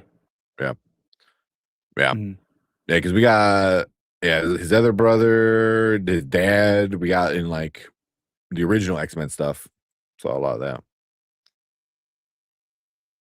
Yeah, that's why I was hoping the Cyclops comic was gonna be better, and it kind of crapped out. Are they still even? Let me see are they even still doing the Cyclops comic? I think I read 2 issues and I'm like, I'm done. I'm good.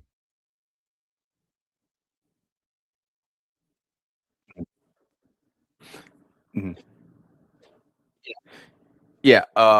Because we're 5 issues in? Because I'm looking at the 5th one over. I got it right here. Okay. Yeah, I don't know if they're continuing on with it, but I still need to finish the newest one or read it. So I have like I'm not behind on comics, but I could kind of pick up the pace a little bit. I won't lie. Yeah. So 5 is the last one. So 5 came out in June, and there's nothing else on the docket for it. So they got 5 issues, and then they called it quits. I was hoping it would have been better. I gave it 2. But. Me too. I think it. The first 4 issues that I've read, it's fine. It's readable. Yeah. You know what else finished this week was Absolute Martian Manhunter. So which I haven't read yet, but It is such an underrated comic. It is so good. It's so good. Yeah, I just got to finish them all because the ones that I read, I collect it monthly. I just gotta finish them because I have them all. Yeah. That's only 12 issues. They did 6, and then they stopped, and then they said they were gonna do another 6. But absolute Martian Manhunter is so good. I haven't finished. I said I gotta finish the last one, but they're gonna do the best storyline. I'm sorry, it's the best storyline. It is. It's so good, man. The artwork is amazing. The stuff they do in the comics, like the actual like what they make you do. Yeah, I got that one pre-ordered. I just gotta go pick it up. Where they tell you to like rip off parts of the comic so you can get like all these cool things. They tell you to like, oh, put this up to the light and like the reflection through the back page. I was like, that's so cool, man. That reminds me of so much like kid stuff, you know, of like the stuff they're able to do with that just alone is cool. And then that's why it shouldn't be ending. That makes me so angry. Why is he say ending? Yeah, he's coming back. Well, the character is coming back. So supposedly Scott Snyder leaked some stuff that we're going to get the Absolutes, you know, are finally going to all, you know, create their Justice League or whatever they're going to call themselves. But the person that's going to be doing it is going to be, you know, John. It's going to be Martian Manhunter is going to connect all the characters, which I'm like, cool. How you gonna do Green Lantern? Because like she's in like space right now, like anywhere near. Yeah, I kind of like what they started to do with Green Lantern. Like they got off of Earth, they're doing all this weird shit with these new color connections. You know, like I'm really digging a lot of the newer things. It's not my favorite, but I like that they changed it and they changed directions and they made it more intergalactic rather than like it all being stuck on Earth. I still feel like it's better when you have Jon Stewart in it. Like I don't think it's good. Yeah. I mean, what's her name is she's cool. I like her. You know, I don't people fucking hate her. Dinah. But I don't, yeah. But I don't mind her. But you know, but seeing like most of the old Lanterns being like upper level kind of thing, you know, like John and Guy being like these like entity kind of characters, you know. I'm like, so that's kind of cool. But I'll say fuck Guy.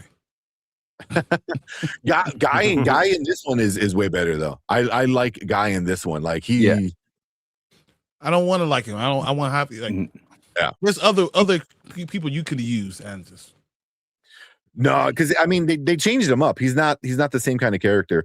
I didn't like what they did with Hal. I'm still kind of on the board with Hal because now he's like the purple, the violet kind of stuff, you know. So he's, you know, So you know, it's interesting.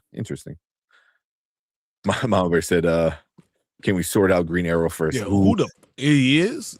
It's so good. I don't know. Yeah, who it is. I hope they don't prolong the mystery too long. Like I'm fine with it for now. It has to be next issue, but I hope they don't tell them next issue.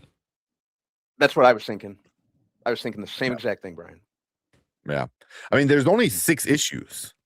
I haven't heard, but I really haven't looked if they're going to extend it. Which they probably will because it's doing really, really well, like numbers wise, like for sales and stuff. Catwoman too. Catwoman is really good too. Like it's they introduced Cassandra Cain, you know, and now we're getting an absolute Cassandra Cain, you know, in like September.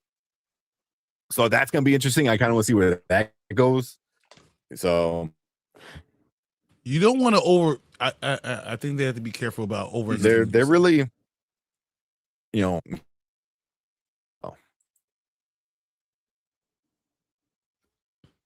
no. Oh, okay. I thought the power went out again. You know, it hasn't even started raining by me. Wait, just right now? It hasn't started raining yet. No, there's no rain. Oh, close stuff. I don't know why I'm so laggy. Well, I'm probably laggy because the internet sucks right now. It's probably if we lost power, again, everyone lost power. Comcast is probably doing all this crazy shit, running around trying to fix it all. Yeah. I just want the next one. Yeah, Green Arrow's so good. What's up, Norma? She coming in. Hey, Norma. And Catwoman is so perfect. Catwoman is awesome. Yeah, I wasn't sure what we were gonna get from it, but like she's got her cat cave and she's got some toys that were like awesome. Her motorcycle, like a fucking like transformer. Like what? That motorcycle was awesome. Yeah. I need hot toys of all that shit. Like or at least McFarlane so I can afford it. I was like saying Hot Toys. I am not doing that. That's $300. Nah, I'm good. At least, yeah, McFarlane, I could do $20-$30. So I know we're getting McFarlane for Wonder Woman, Batman, Superman. That got leaked, but yeah, yeah, super cool stuff. Good, ready. I love the bike. I need one. The bike was dope. I did not see that coming. That was super cool. I don't know how practical it is. Like, not at all. Like what are we talking about? It's not like wheels go faster than her being able to like get legs and bounce around. Like what if you fell off? Right. Yeah, but yeah, I gotta keep reading those. But the absolute stuff is just it's insane. It's insane. Yeah. Well, let's do X-Men 97, man. Yep. Let's go. Viz is reissuing Detective Conan in 3-1 edition starting February. Slam Dunk is getting a deluxe edition in April. Wow, okay. Did not know that. Oh yeah. Oh nice. I did hear that. No. That was I think I did hear about the Viz reissuing Detective Canon. Or Conan? Yeah, Canon. Right? Canon. So like Vision, right? The Vision family or what I forgot what they're changing the title of it. Like what do they call it? What are they calling it? It's like Vision's family or Vision something. Well, I can't remember what it's called. What about this? Yes. Been reading this? Avengers GLA. No. It's crossover. It's pretty good. I wasn't sure what the I first gotta get one. that one. I didn't even realize. They're on issue 2. I don't know how I overlooked that. Crossover is always fun. Oh, Viz is also releasing the Take a Mitsusa Samurai, whatever. Oh yeah, so it's a different Viz that I'm thinking about. Oh okay. It's better on a difficult surface like stairs. Yeah, or even up walls. I can see like her going like being able to like. Well, you see outside of a building and literally just drive up the outside of a building, like you know, or you know, office building instead of going up to the rooftop, just drive up the side, get up there. Yeah. But it's like everyone's got money except for fucking Bruce. You find out like Selina's like got money. You know, she's like super rich now. Well, I mean, that's a good way to kind of put it on his head, though. Oh yeah, 100%. 100%. I think I was reading an article today about Dragotta talking about what's her name? Katie Kubrick. She's like one of the editor people. And when they pitched Absolute Batman to her, she's like, okay, cool. And then they like, oh, here he is. Like they drew the first sketch of Batman. She's like, we already have Batman. He goes, make him bigger, you know? And then they went back and then they made him bigger and kept making him bigger to the point where like she's not gonna like this. And then finally they're like, oh, here, and she's like, that's Bane. I was like, Bane Batman. Nice, because the art. Well, at first the article was like Katie Kubrick, disapproved of Absolute Batman. I was like, here it is. All the men are like, oh, see, women don't know what they're talking about. Then you read the article and she was like, make them bigger, So no, T, no. Bear from Inception voiced young Nathan Summers. Mhm. Oh. I knew there was a reason. I knew there was a reason that I was irrationally annoyed by his voice, and I even thought in the back of my mind that sounds like Bear. I wanted to fight Bear.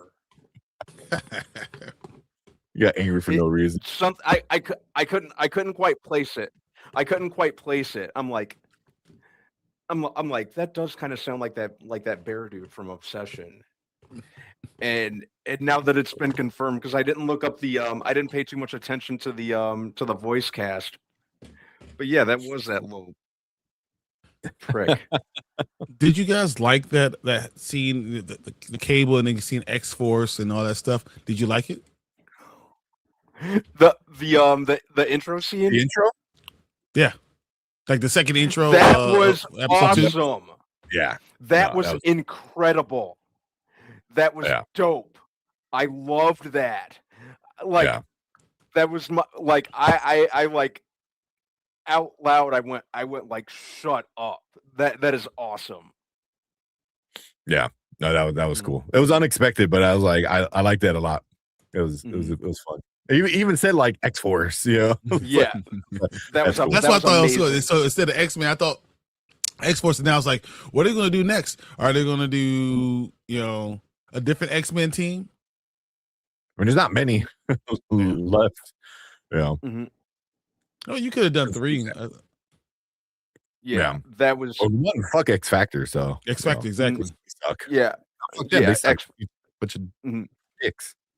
Mm-hmm. But Scott, well, it's just episode 3 is interesting. All right, let's just get into this. So get into it. Okay. All right, let's officially get into it. Hit it here. All right, what is up? Welcome back, Spoiler Kings. We're back talking X-Men 97 season 2.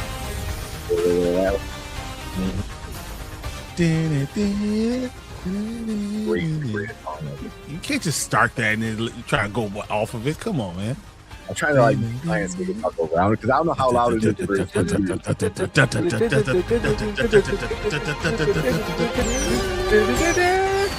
Ding.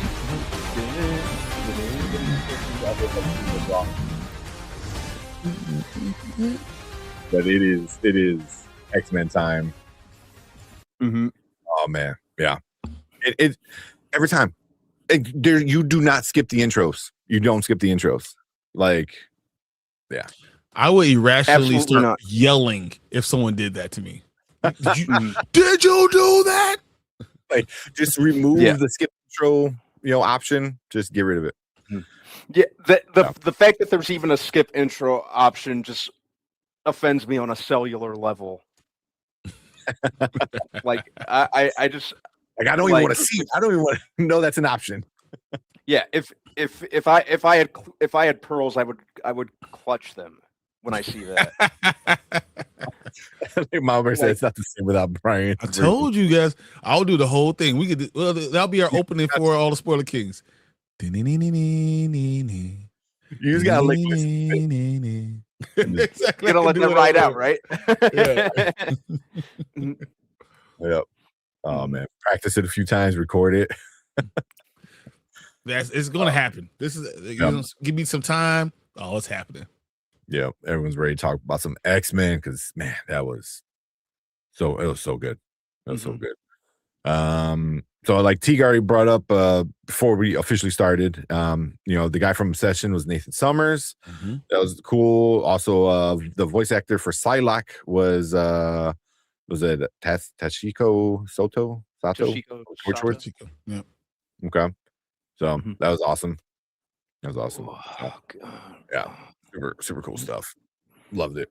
But yeah, we got 3 episodes.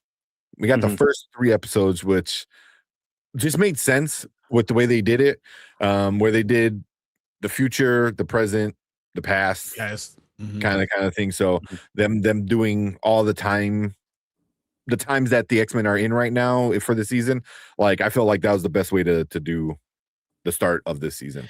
Yeah, the way they just kind of interweaved everything, I think you know, just for the sake of you know, pushing forth the narrative. It made sense, I thought.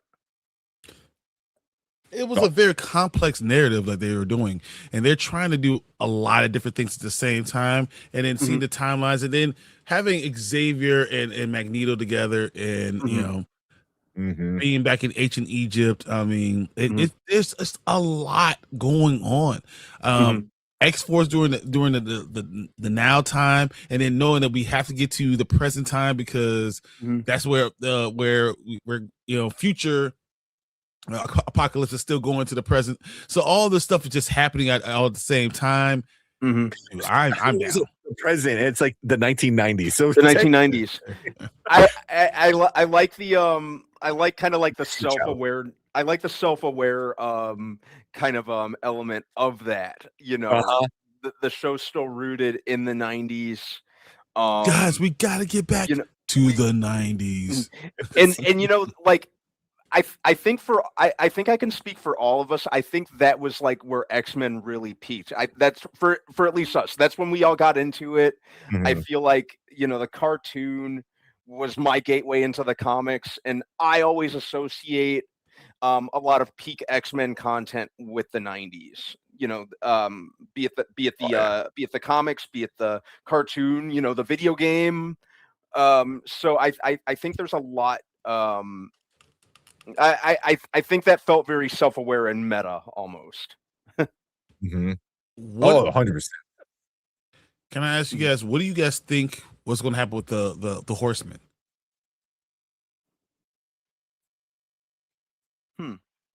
That's a good question. Because I mean, you know, there's other things that happen with the Horsemen where other X-Men characters become the Horsemen.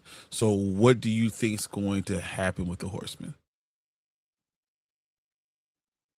So, because I was thinking about that, because we already got, well, because Archangel was one, right, and then he turned, and then we got War. You know, stuff happened to him. You know, so yeah, I saw Fernando talking about. I think the original Horseman from Fernando, you got where I'm going. The original Horsemen, you know, I think are all going to be like taken out to the point when it comes back to the 90s from the future, he's gonna bring new horsemen because they're like, oh, we got rid of all the horsemen. And it's like Apocalypse always has horsemen. Yep. And that's where we're gonna get Gambit coming back. Exactly. That's exactly what's gonna happen. You know, they set it up so perfectly, and you can feel it. You can feel it as you're watching it, like, yeah, this is about to happen. This is about to go down. They better bring back Gambit. Yeah. I know they teased it, I think They did. Yeah. They're definitely gonna do something with that loose end. So I'm not even worried about that. It's just a matter of when. Yeah. New Horseman of Death in episode 2 of season 7. Yeah. Yeah, they definitely doing all that one. The good Gambit, not the evil. I mean, I think eventually he'll come back, but first we'll see him not be a good guy. But yeah, I said my pop's little bro and I were laughing every Saturday morning. I'm telling you, it was me, my mom, my dad, and sometimes if my aunt and uncle were over, them too. But it was always me, my mom, and my dad. And there was a running joke in our family. My parents wouldn't say it X-Men. They would say it X-Man. And I would always correct them. No, Mom and Dad, it's X-Men, M-E-N, not X-Man. And I would always be like, X-Man means one person. There's more than one of them. I would always say that to my parents. You should find an issue. I might be able to find an issue of X-Man, because there's X-Man. You know, when he's half price book.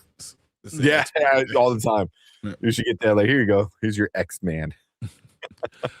Okay, so in episode 1, we got all the stuff. You know, we got the future episode. You have Jean and Scott kind of dealing with the fact that haven't been in Nathan's life, and have all the things that are going on with him and how 1 second, guys.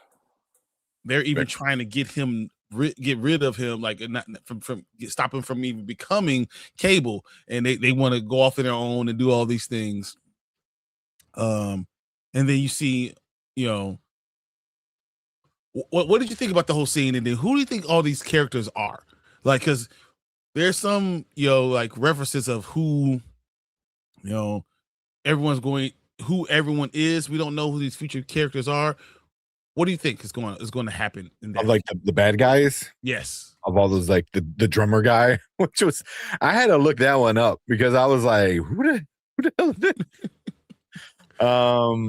But yeah, they were all interesting, you know. And I mean, and then especially makes sense of like the stone looking guy made more sense once you got to the 3rd episode and you saw all his warriors. You're like, okay, you know, so you're able to kind of tie things later on, you know. And I thought that was like done really well, you know. So but I mean, they're all like his I don't know if they're his horsemen per se, but they're all his minions, you know. So obviously ones have more, you know, pool than others. But yeah, but the drummer one got me. I'm like, I do not remember him at all. Yeah, but like a award drummer dude. Did you remember that Mother Ascani, who Mother Ascani is? Did you remember when you were watching it? Did you know? No, not when I was watching it. I couldn't put my finger on it, and I was like, what? You know. But of course, you know, I don't know how to wait, so I had to look it up, and I'm like, okay. It's Rachel, exactly. You know, and then why she's so involved with Cable? Why does it matter? Yeah, why she's, you know, because that's what Nathan, you know, this is what they do. I was loving that as Gates McFadden was the voice. Gates McFadden off Star Trek. Yeah. I know. Where did I see Teague brought it up? Where we got a Star Trek Next Generation cast reunion, because remember, like those, like the Next Generation, a lot of the Star Trek guys, they did so much voice stuff together, you know. Anyway, you know, but yeah, seeing them doing the big comeback was cool. They get all of them together. But yeah, sorry about that. It started coming down over here, so I had to close my windows. Yeah, get ready. and I got my flashlights. I got my like super like bright one. Oh, good Lord. And then like my like mini one, which the one. Oh, these batters. But yeah. Yeah. So hopefully your power don't go out. Yeah, I hope not. Yeah. But yeah. But yeah, the first episode was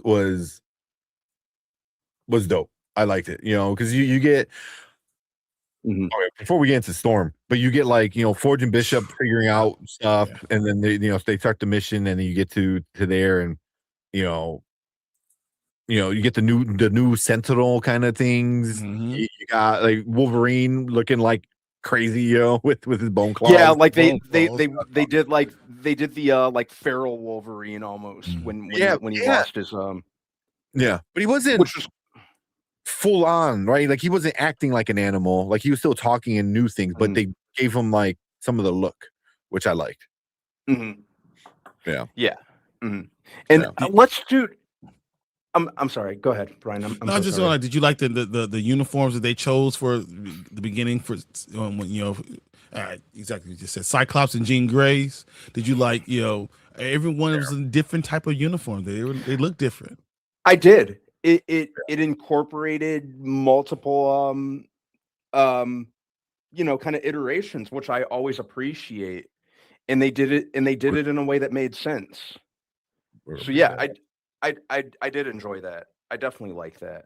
You know, I liked how everyone looked. And just to kind of branch off that, man, the animation style is, I absolutely love it. I love how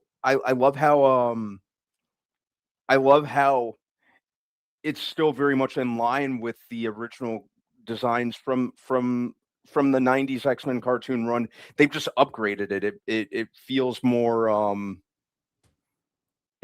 vibrant and detailed, I think. Yeah. Well, because especially towards the end of the original run, you know, they were lacking money. They were lacking money. So like they went really like cheap with some of the animation. Where this is like, it feels like it, but it's just more polished. Like and it makes sense. It makes it look Mhm. good. Yeah. Yeah. So, but for me, one of the best moments of that first episode was Storm. Was Storm figuring out she's a goddess at this point? Like, Dude, like it's funny because Mother Ascani told her like, Storm comes to us like, so how are we gonna get this power? He was like, oh, you gonna get it? Fuck yeah, I want to go get it. You're just gonna call the solar wind. She's like, I can do that. It's like I do it all the damn time with me. That's all you did. And she realizing that she, by the way, untapped power that she's always been doing, and it kind of it's fine. You know how I complain about Storm. I complain about them not showing how powerful she really is and what it means to be a goddess and what it means to be the cosmic entity and Omega level mutant. Omega. And they finally kind of showed that, so I thought that was pretty cool. Yeah. I love the music that they play whenever Storm really locks in on the series too. But yeah, that was like they're not I like that they're not afraid to show what the characters can do in terms of power set on this. They're not nerfing anyone, it seems. Which is another one of, I'm sitting in front of my TV like this, like, oh, let's go, yeah. So yeah, like I love when they yeah, that was probably my standout moment of episode 1, where she takes where she like gets power from the sun. Bro. Like I thought that was nuts. Who writes our bars? By the power of the sun. I'm like, bro, where did this come from? This is so good. It was just so. It felt. I don't know. Next time we see her at a Comic-Con, we gotta ask you. Is like, is that just you, or is like, it's like you like who's writing these things for you? Because that is just so. Like it's so epic. So I will take this power of the sun and your solar wind, and I wanted to come to me, and I'm like, oh, this is awesome. This is great. Yeah. But who said it in here? Delta Dan, that it looked so good. Like when she had her arm out and like it like went into like the sun and everything. I was like, oh, it was the animation was great for that part. Yeah, she was just knocking it out of the park, with stuff like that. It just kind of sucks is like that was it after that. You know what I mean? For her, because I get, she's not like they want to talk about Nathan and Cable and his connection. Want to do the Summers and all this other stuff, and then but yeah, Nathan Cable is a huge thing, and then as I said, Rachel is going to be a huge thing going forward, and then I think that's going to be a big thing for Storm herself. Rachel's going to, because you're going to find out that she learns almost all her stuff. Not from her parents, but from Storm, and how powerful she really is, and how the potential that she has is. She's thinking so small, and it's cosmic. The things that she could do. Yeah, like she's like limiting herself. It's like, oh, you can do so much more. Because you forget, like she's the Omega. Omega is like. The tippity top, like everything, so yeah, because you always like, oh, Magneto's Omega, Professor X, blah blah blah, Phoenix technically, although Jean Grey isn't, but Phoenix is, so or something like that, But you feel like, like Storm is that badass, so yeah, but yeah, that first episode was pretty good. I'm trying to remember how it ended. It ended with, how did it end? Because I watched all. And it was like all so that was when Nathan started to get the Cable stuff. You start seeing like the eye, you start seeing all that stuff happening, and then Apocalypse says, well, obviously I'm not going to be able to defeat him here. I need to go to the most important timeline, the 1990s, and then he kind of goes off into his thing and goes to the time machine. Yeah, then we get to the second episode, but the first one I like the uniforms. I like the look of it all. It was kind of straight to the point of like we're in the future. This is what we got to do. We got to get back here. Scott and Jean, they're like, we're gonna go raise our son in the future that we have no idea. I was like, dude, why are they so stupid? Oh my god. Yeah, so obviously they get caught and then they get saved and stuff like that. So because I think it ends with him putting his arm, right, his little metal arm, finally getting it all to kind of solidify and becomes, instead of a little arm, he has this big cable arm. Yeah. But that doesn't happen in the first one. I know that happens in the second one for sure. But that happened. Then that happened. Either the beginning of the second or the end of the first. I think it's the end of the first. Yeah. And I think that you get more of like what happens after that in the second episode. Yeah. Because then you get like in the second episode, you get Cable's now. Oh, I keep saying now because like we're stuck in the 90s because we're 97 version of that. Go back to the 90s. Yeah. Your Psylocke and all of them. And then they actually decided to bring Jubilee and Sunspot and all that stuff. Yeah. So Delta said, I thought Jean Grey was Omega before Phoenix. I don't know. I don't remember. It kind of makes sense for her to be. I mean, she's one of the greatest psychics of all time. Then Gambit is Omega, or was Gambit Omega? I don't think Gambit was really.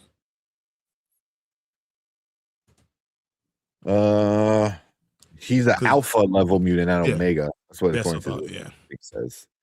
However, lore establishes he has potential for Omega power, capable of manipulating kinetic energy on a molecular scale.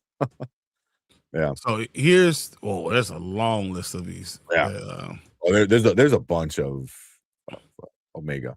So here goes: Magneto, Storm, Jean Grey is Omega with telepathy and telekinesis.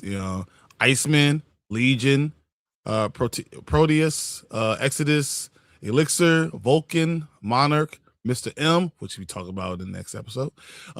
Kid Omega, Hope Summers, Iska, the Unbeaten, and then Franklin Richards. Because Franklin Richards is fucking OP as hell. Does he count as a? Yeah, he is as a mutant. I mean, I guess so, right? He was born. Yeah, he's a mutant. Yeah.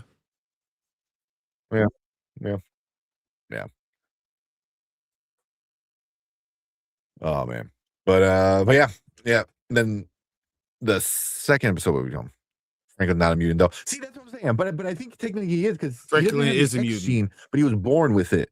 Yeah, but he's technically a mutant. Yes. Is he? Yes, he is. Yeah. He's the strongest mutant of all time. Yeah. He made it. Yeah. So he's mutant. He made himself one that. Yeah. Oh man. And we got Patrick Stewart, LeVar Burton playing a character from '97 will be gas. So I'll bring them back. A lot of the bring back all the next generation guys to do it. Yeah. Oh man. But yeah. So we got the future part of the first episode, and then the second episode, A Force to Be Reckoned With, is pretty much the current time of the show. It was in the 90s. So we got Cable coming in with Psylocke and Archangel. They're kind of starting X-Force. They need more team members. They recruit Jubilee, Sunspot, and they start to try to stop Apocalypse in ways that they can, which is trying to go after with the Horsemen. The Horsemen, exactly.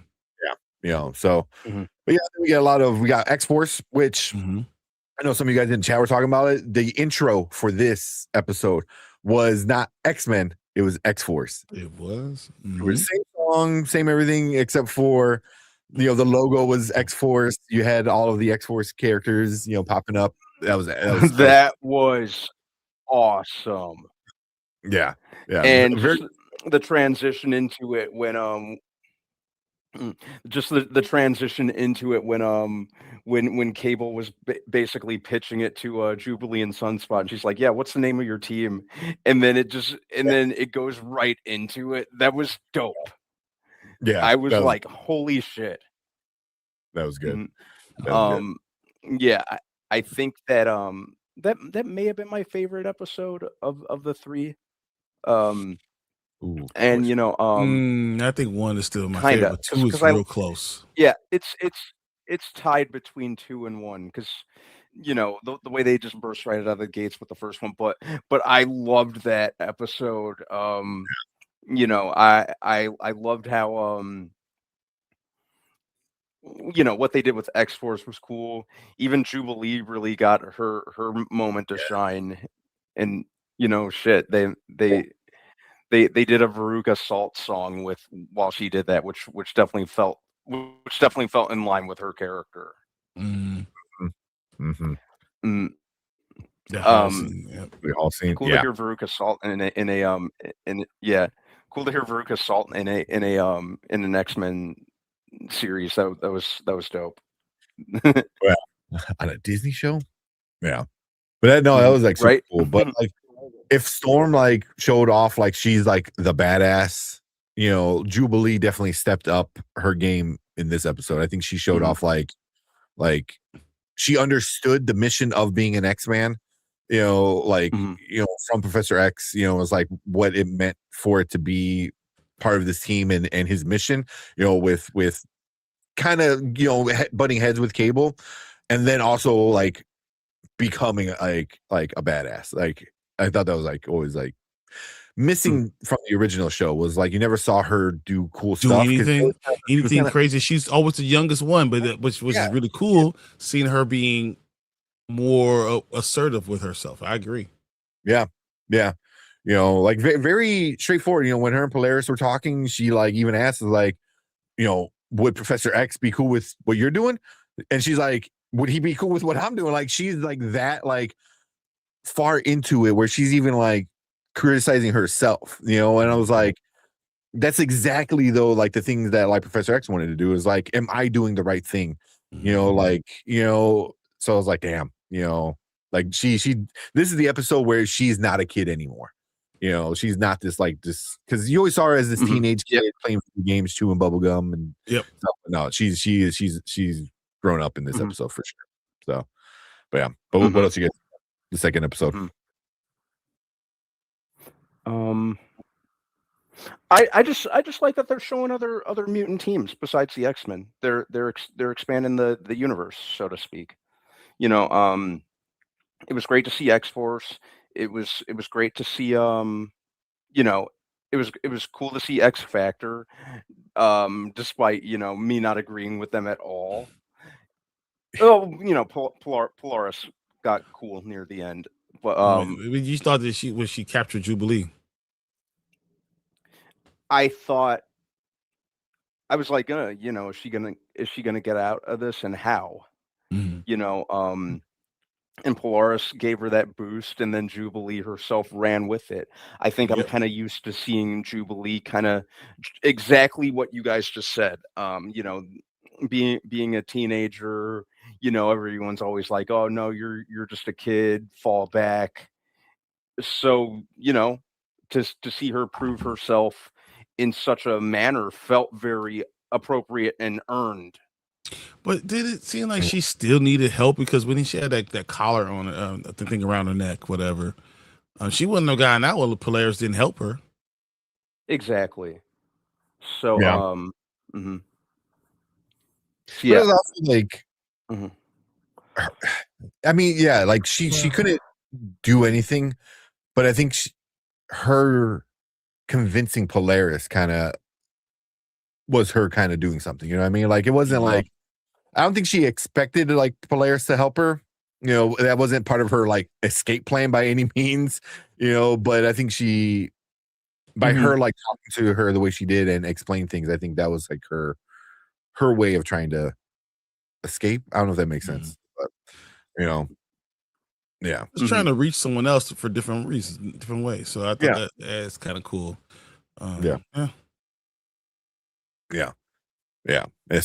Sunset Saver when she jumped off jumped off not the what was it? It was like a hover carrier, wasn't it? Yeah.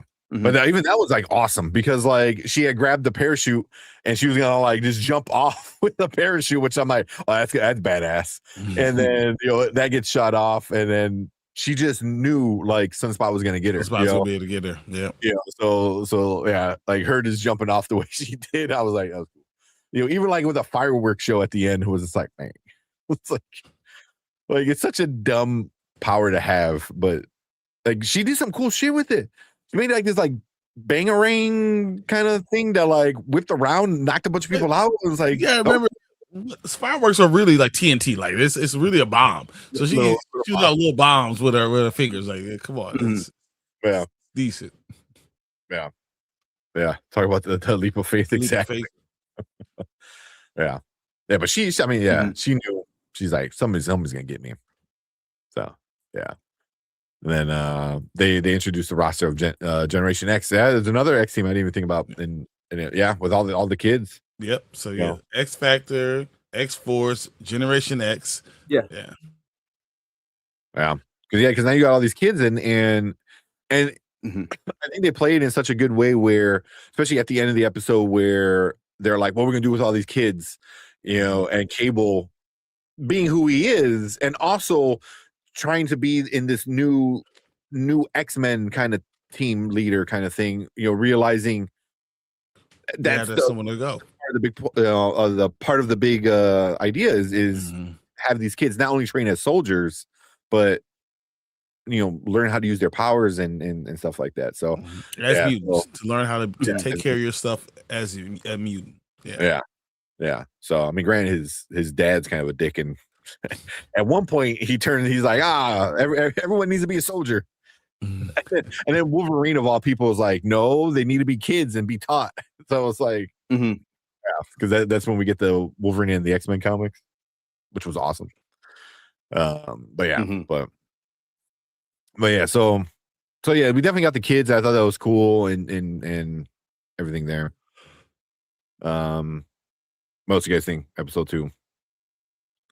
I mean, Cable killing War. Oh yeah, that was pretty epic too. I mean, yeah.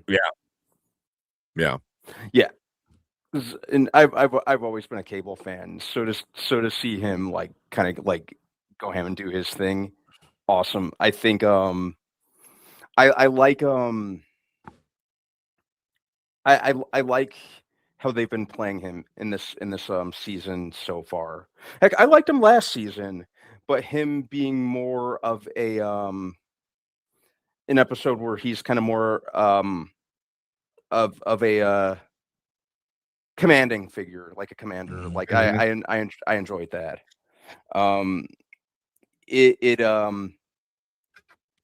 I wonder if there's going to be any other episodes down the line that are going to be this centric on other teams.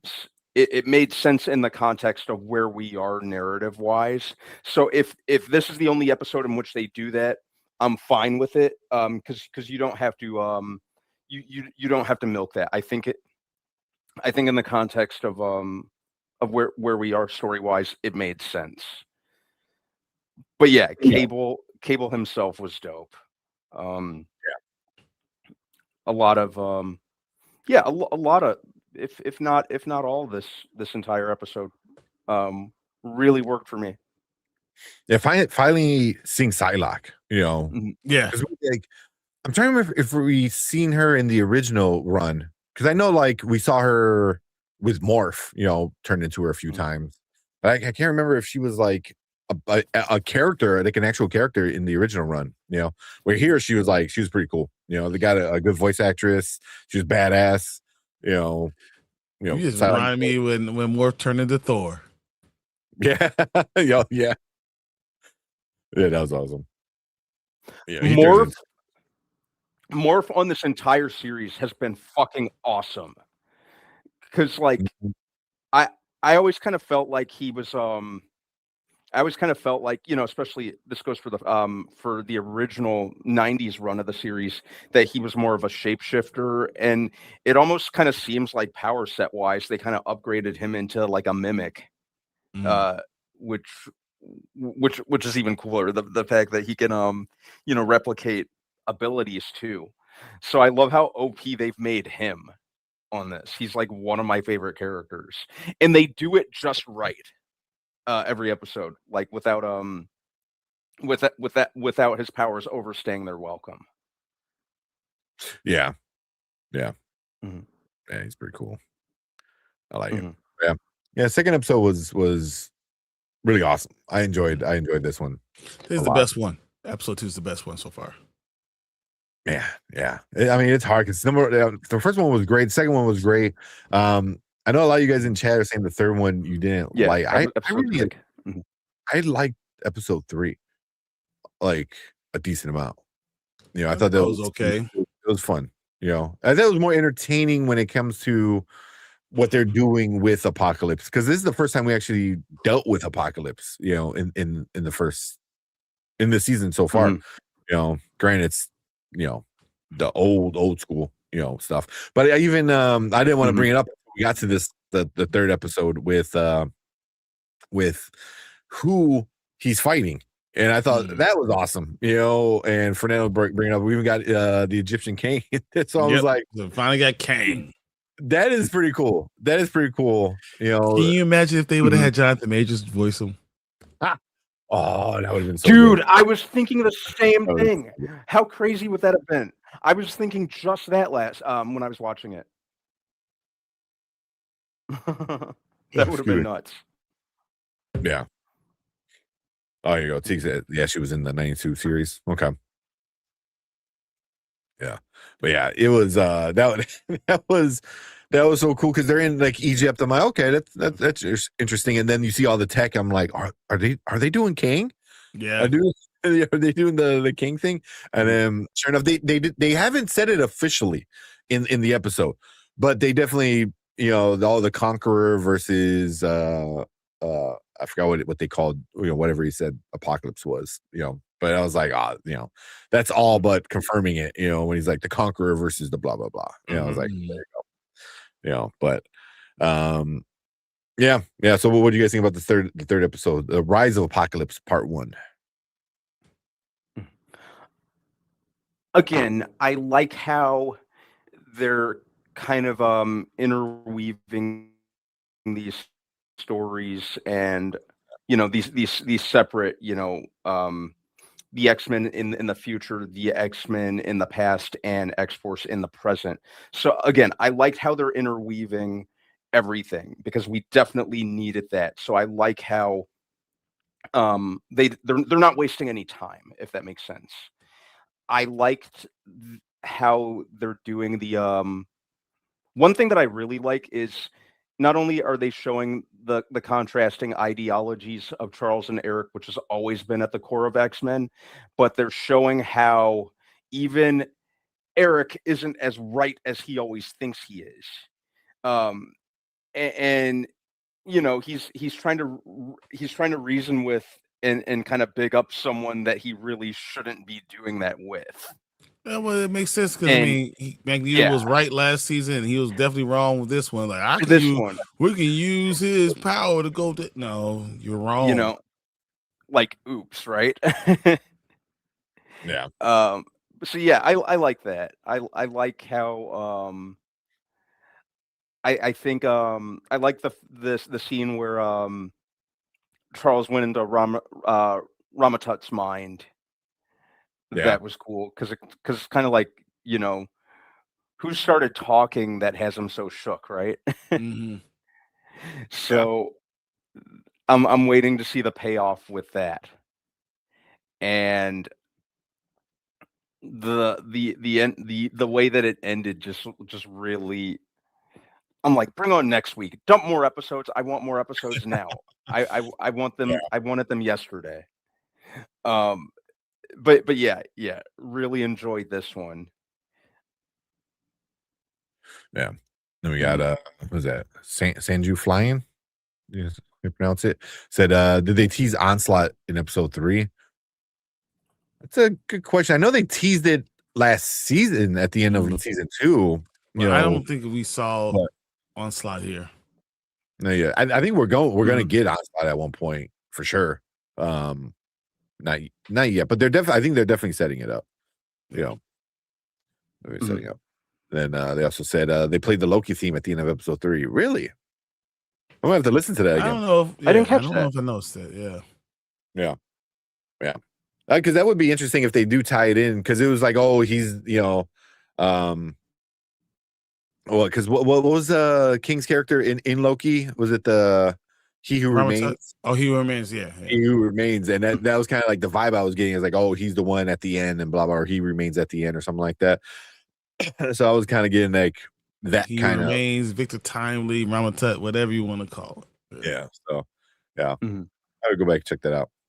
Yeah, they said they should have just put out the first 4. Yeah, because episode 4 is Rise of Apocalypse Part 2. So I wonder if that's why a lot of people didn't like the 3rd episode, is because it was only half of the kind of the story they were doing. 'Cause everything else was complete. Like the first one was the future, that was all finished up. The second one, the current timeline, that was all wrapped up. But the past, it's not done yet. So I wonder if people are not happy with it not being finished, but we'll see. So they remove Onslaught. Mm. Yeah. Oh, it was that was in Bo's original script. Ah. I mean, that would make sense because nice. with season 1, right? The last season ending the way it ended definitely was setting it up. Interesting. Yeah. Is X-Force a government mutant force? Always. I don't know too much about X-Force. I believe that they are always backed by the government. Yeah. So, yeah. Is it one episode a week? From here on out, I believe it is one episode a week from here on out. So it says I believe IMDb. so. Yeah. Yep. That's which sucks. Yeah, we get one episode a week now. The 8th, the 15th, 22nd, 29th, then August 5th and August 12th. Sucks. So, but that's not too bad. Because I like getting one episode at a time, or at least weekly episodes, because it allows us to rewatch it and break it down and talk about it and kind of like see where it might dives go. and see all the Easter eggs and stuff like that they leave for us. Yeah. Yep. Oh, what? In the 3rd episode, his Apocalypse's right-hand man. I forgot what his name was. The dude with the little, kiss makeup on his face. Oh my god. I forgot what his name was. Um, But he was. Well, what do you guys feel about him? Because he was kind of a dick. Robert Newer or whatever. Yeah, he was. Yeah. I mean, it's just this whole episode was weird for me. Magneto being wrong, the way he thought about it, like he thought that he would learn better from last time. What's his name? Bao.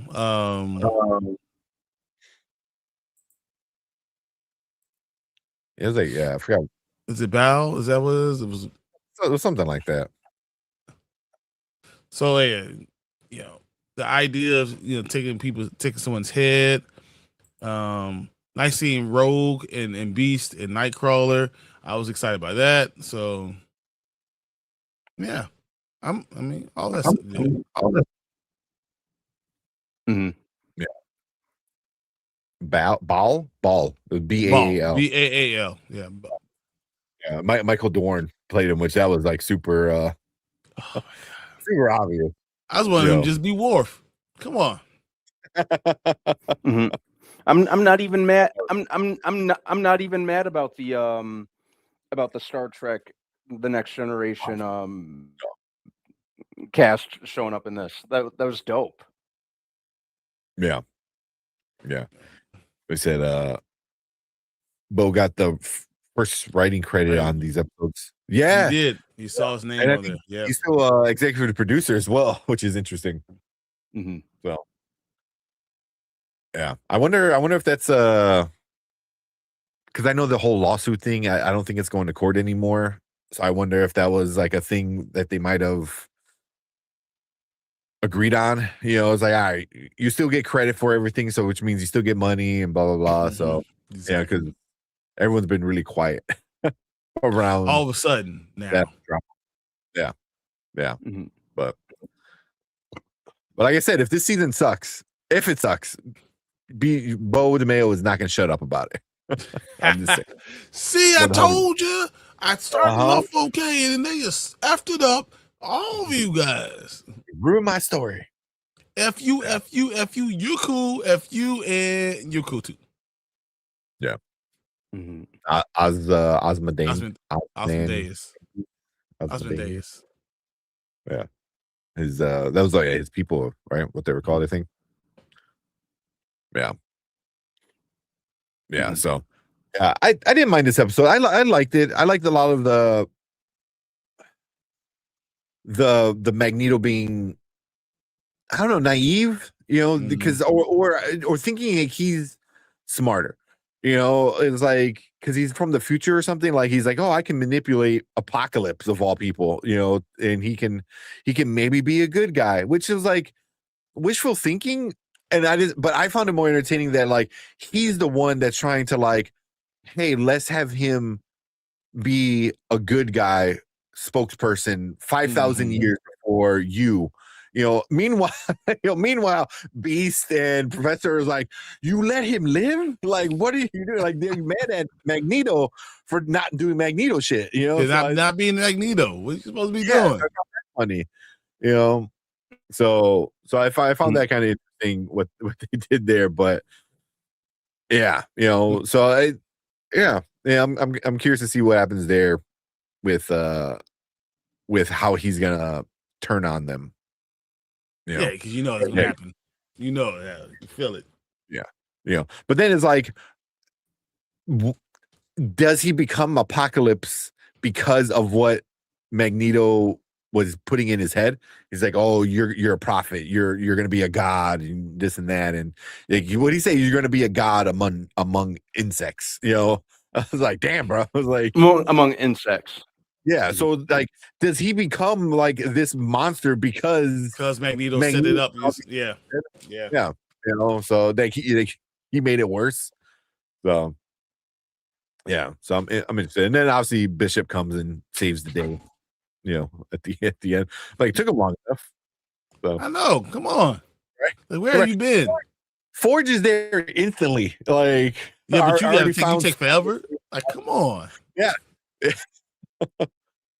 Yeah. So yeah, but seeing Bishop's always cool. So, question: do you guys like Bishop with the short hair or the long hair? Now short. Mm-hmm. Yeah, I wonder why. The short hair is cool. I'm used to him. I'm used to him with the mullet or the dreads, but the short hair looks cool.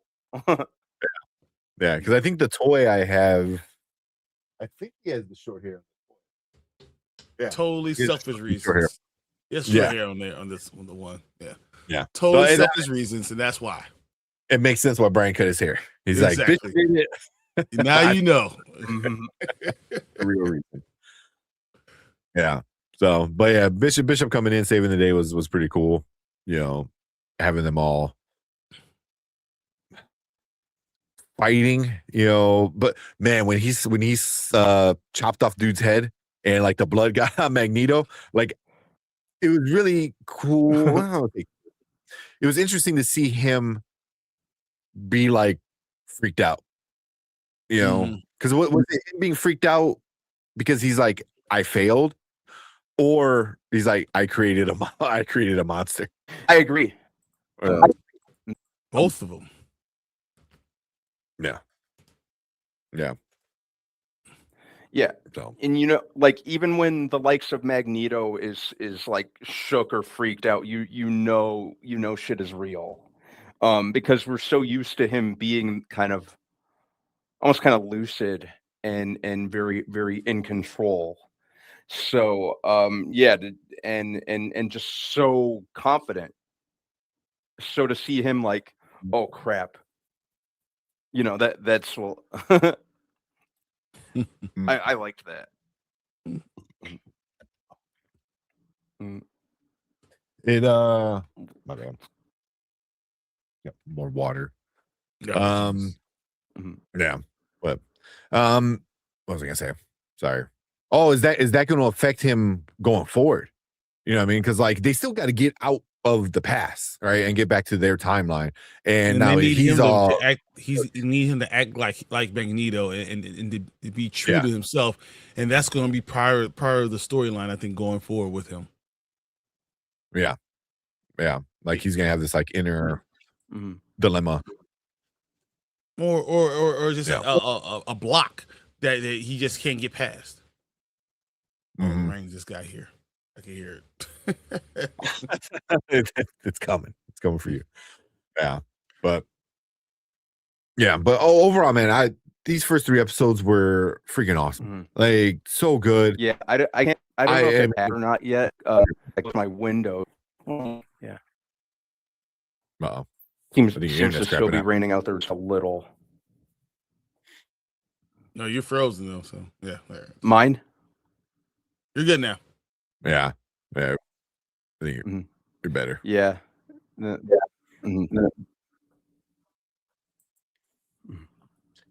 Yeah, but yeah, I don't know. You guys got anything else that we might have missed? You want to bring up from any of the episodes?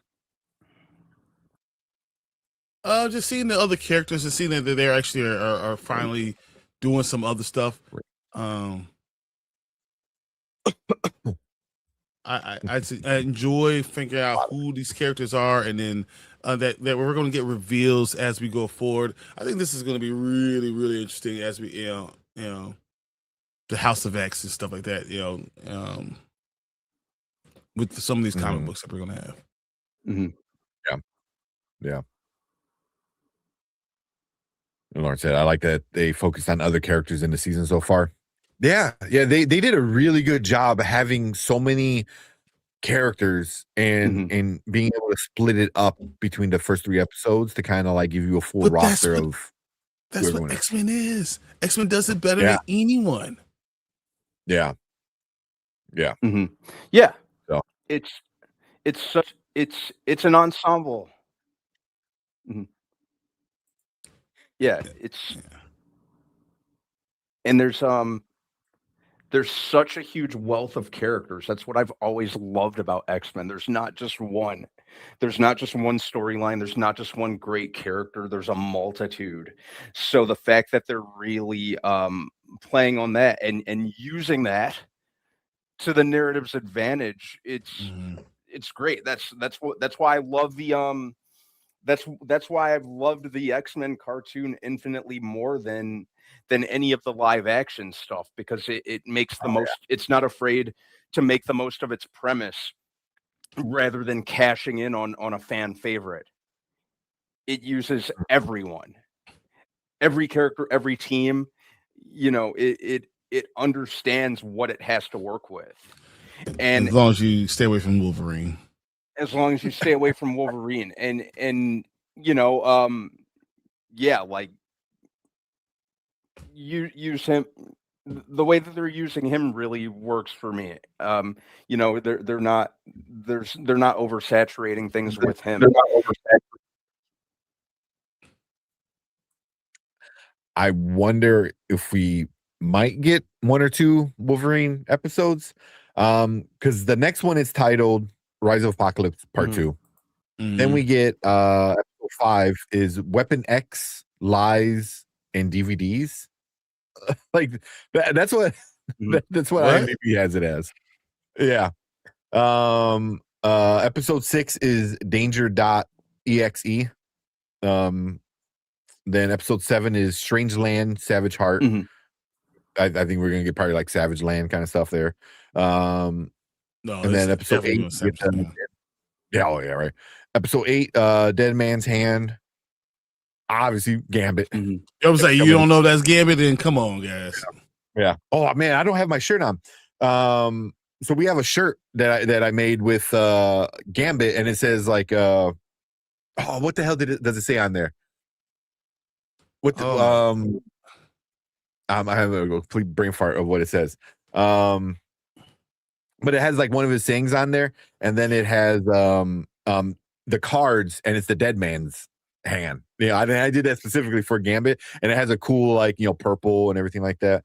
That's such a missed opportunity. My bad. I should have had the shirt on. I know. I got to about it, but I got to put the link if you want one of the shirts, you can get it. But yeah, so Dead Man's Hand is episode 8. Episode 9, which is the finale, is called Survival of the Fittest. So obviously that's gonna be the finale because that's Survival. what his who's not going to survive. So yeah, so I wonder if Weapon X Lies in DVDs is gonna be a Wolverine episode because he's got to get the medal back, right? He's got to get the adamantium somehow. Yeah. Only makes sense. Oh, he has to. Yeah. I mean, they can use Wolverine, but don't have to main story. Yeah, exactly. Not gonna lie, I had to watch some breakdown videos to remember who some of the new characters were for a kid show. It's not a kid show anymore, man. That's the only thing. Some of the kids are not fun. And you know what? I enjoy the fact that I think that if you watched the OG series and then watch this one or watch this one, you appreciate it even more because the story grew up alongside the kids. I think it became more it matured hopeless with its audience. It became problematic. Like they took all the hope out of a lot of it. So yeah, that's true. Yeah. So I had to look it up because I can't feel you. And like, no, that'd be messed up. That's what I think I put a remember it. Was it because he goes the name remember? Yeah. Remember it. So I thought it's a cool shirt. I thought it was a cool design. So yeah, if anybody wants any, we can figure out how to get that all situated. But yeah. Anything else? No, I'm interested to see what they go. Do they go just Age of Apocalypse? How they're going to go with all this stuff? How they're going to combine everything? I'm interested. I'm interested in seeing how the season kind of plays out. Yeah. Because I think at least I feel like it's going to lead into Age of Apocalypse next season. Like, I don't think we're done with Apocalypse at the end of this season. You can't if they're smart, you don't get rid of Apocalypse immediately. Yeah, you find a way to shut him down for a while. Like yeah, he's way too. Yeah, exactly. He's way too big a character for just one season. Yeah. Delta Dan said, like I said, my pops was so locked in on the OG show. We had a 30-minute convo on the phone today about episode 2 so far. Just episode 2. That's awesome. That's good. I love it. That's awesome that Unidad can talk about I love that. The X-Men show. So that's super cool. But yeah. We all love the first 3 episodes. We'll be back next week. Episode 4. Episode 4 with the part 2 of the Rise of the Apocalypse. So hopefully by that we get the team back together in the 90s, I think, at the end of the episode. And then they got to deal with Apocalypse, also being in the 90s. So I think it's gonna be a good episode. I expect it to be. I expect this whole season to be just awesome. But we want to hear from you guys. So if you're watching on the replay, leave a comment right down below. Make sure you guys hit that like button, hit that subscribe button right below Brandman there, and come and join us every Thursday when we'll be talking about the newest episode of X-Men 97 season 2.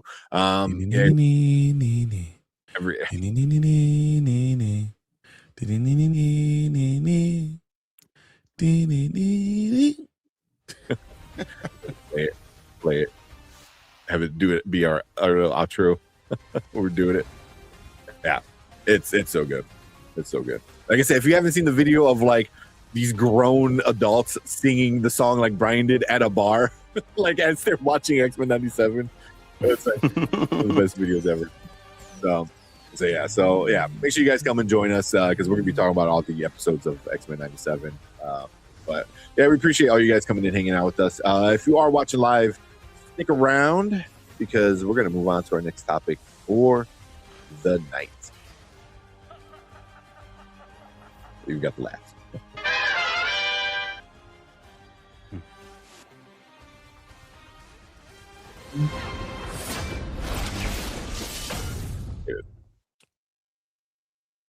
Oh man, yeah. I was like, you know what?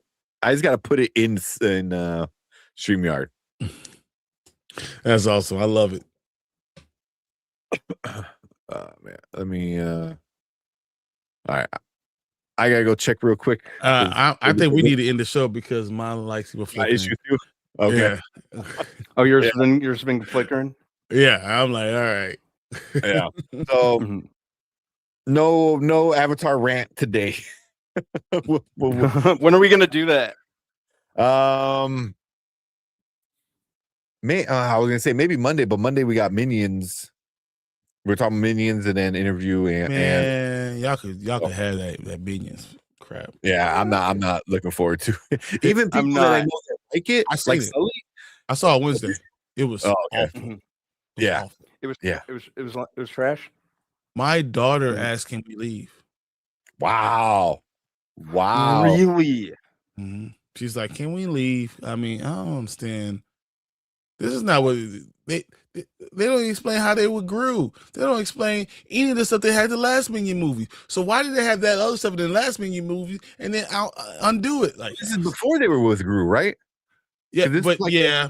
So, but so you had the Minions movie, right? And they explained all the stuff that they went through. Well, some of the timelines kind of intersect, and it just it's not good, man.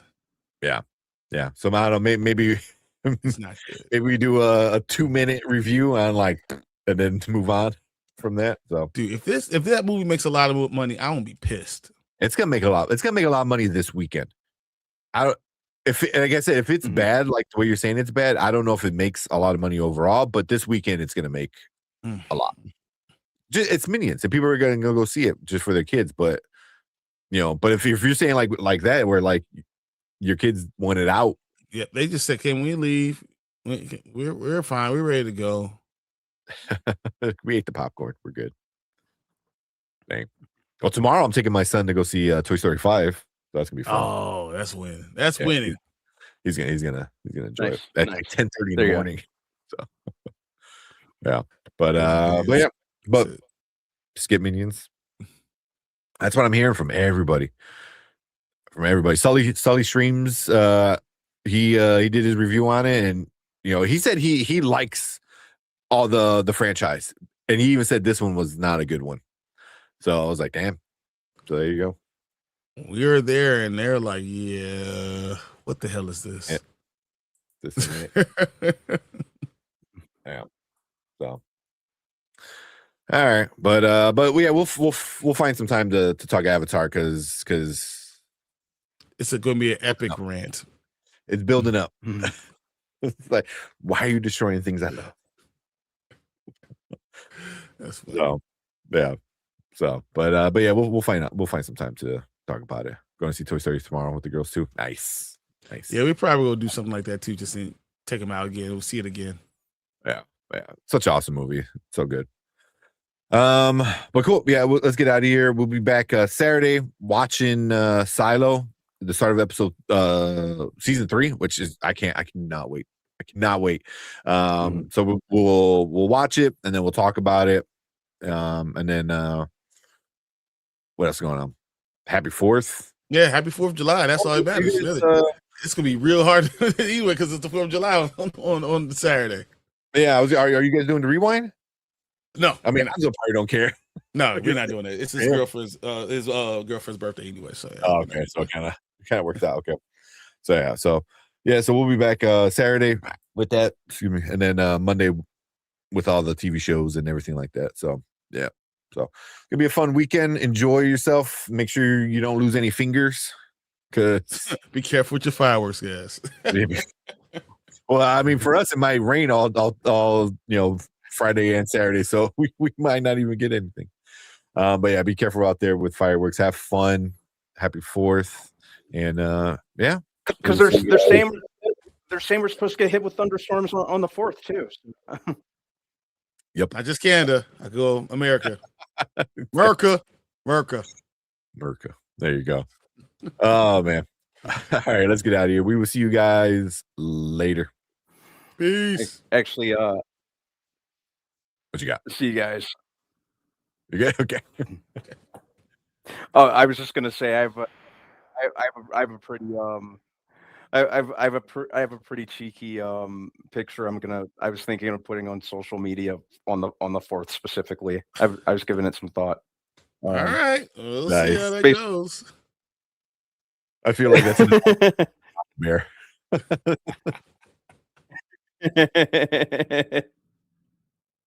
That's funny. All right. All right, guys. All right. Later. The board has concluded the call.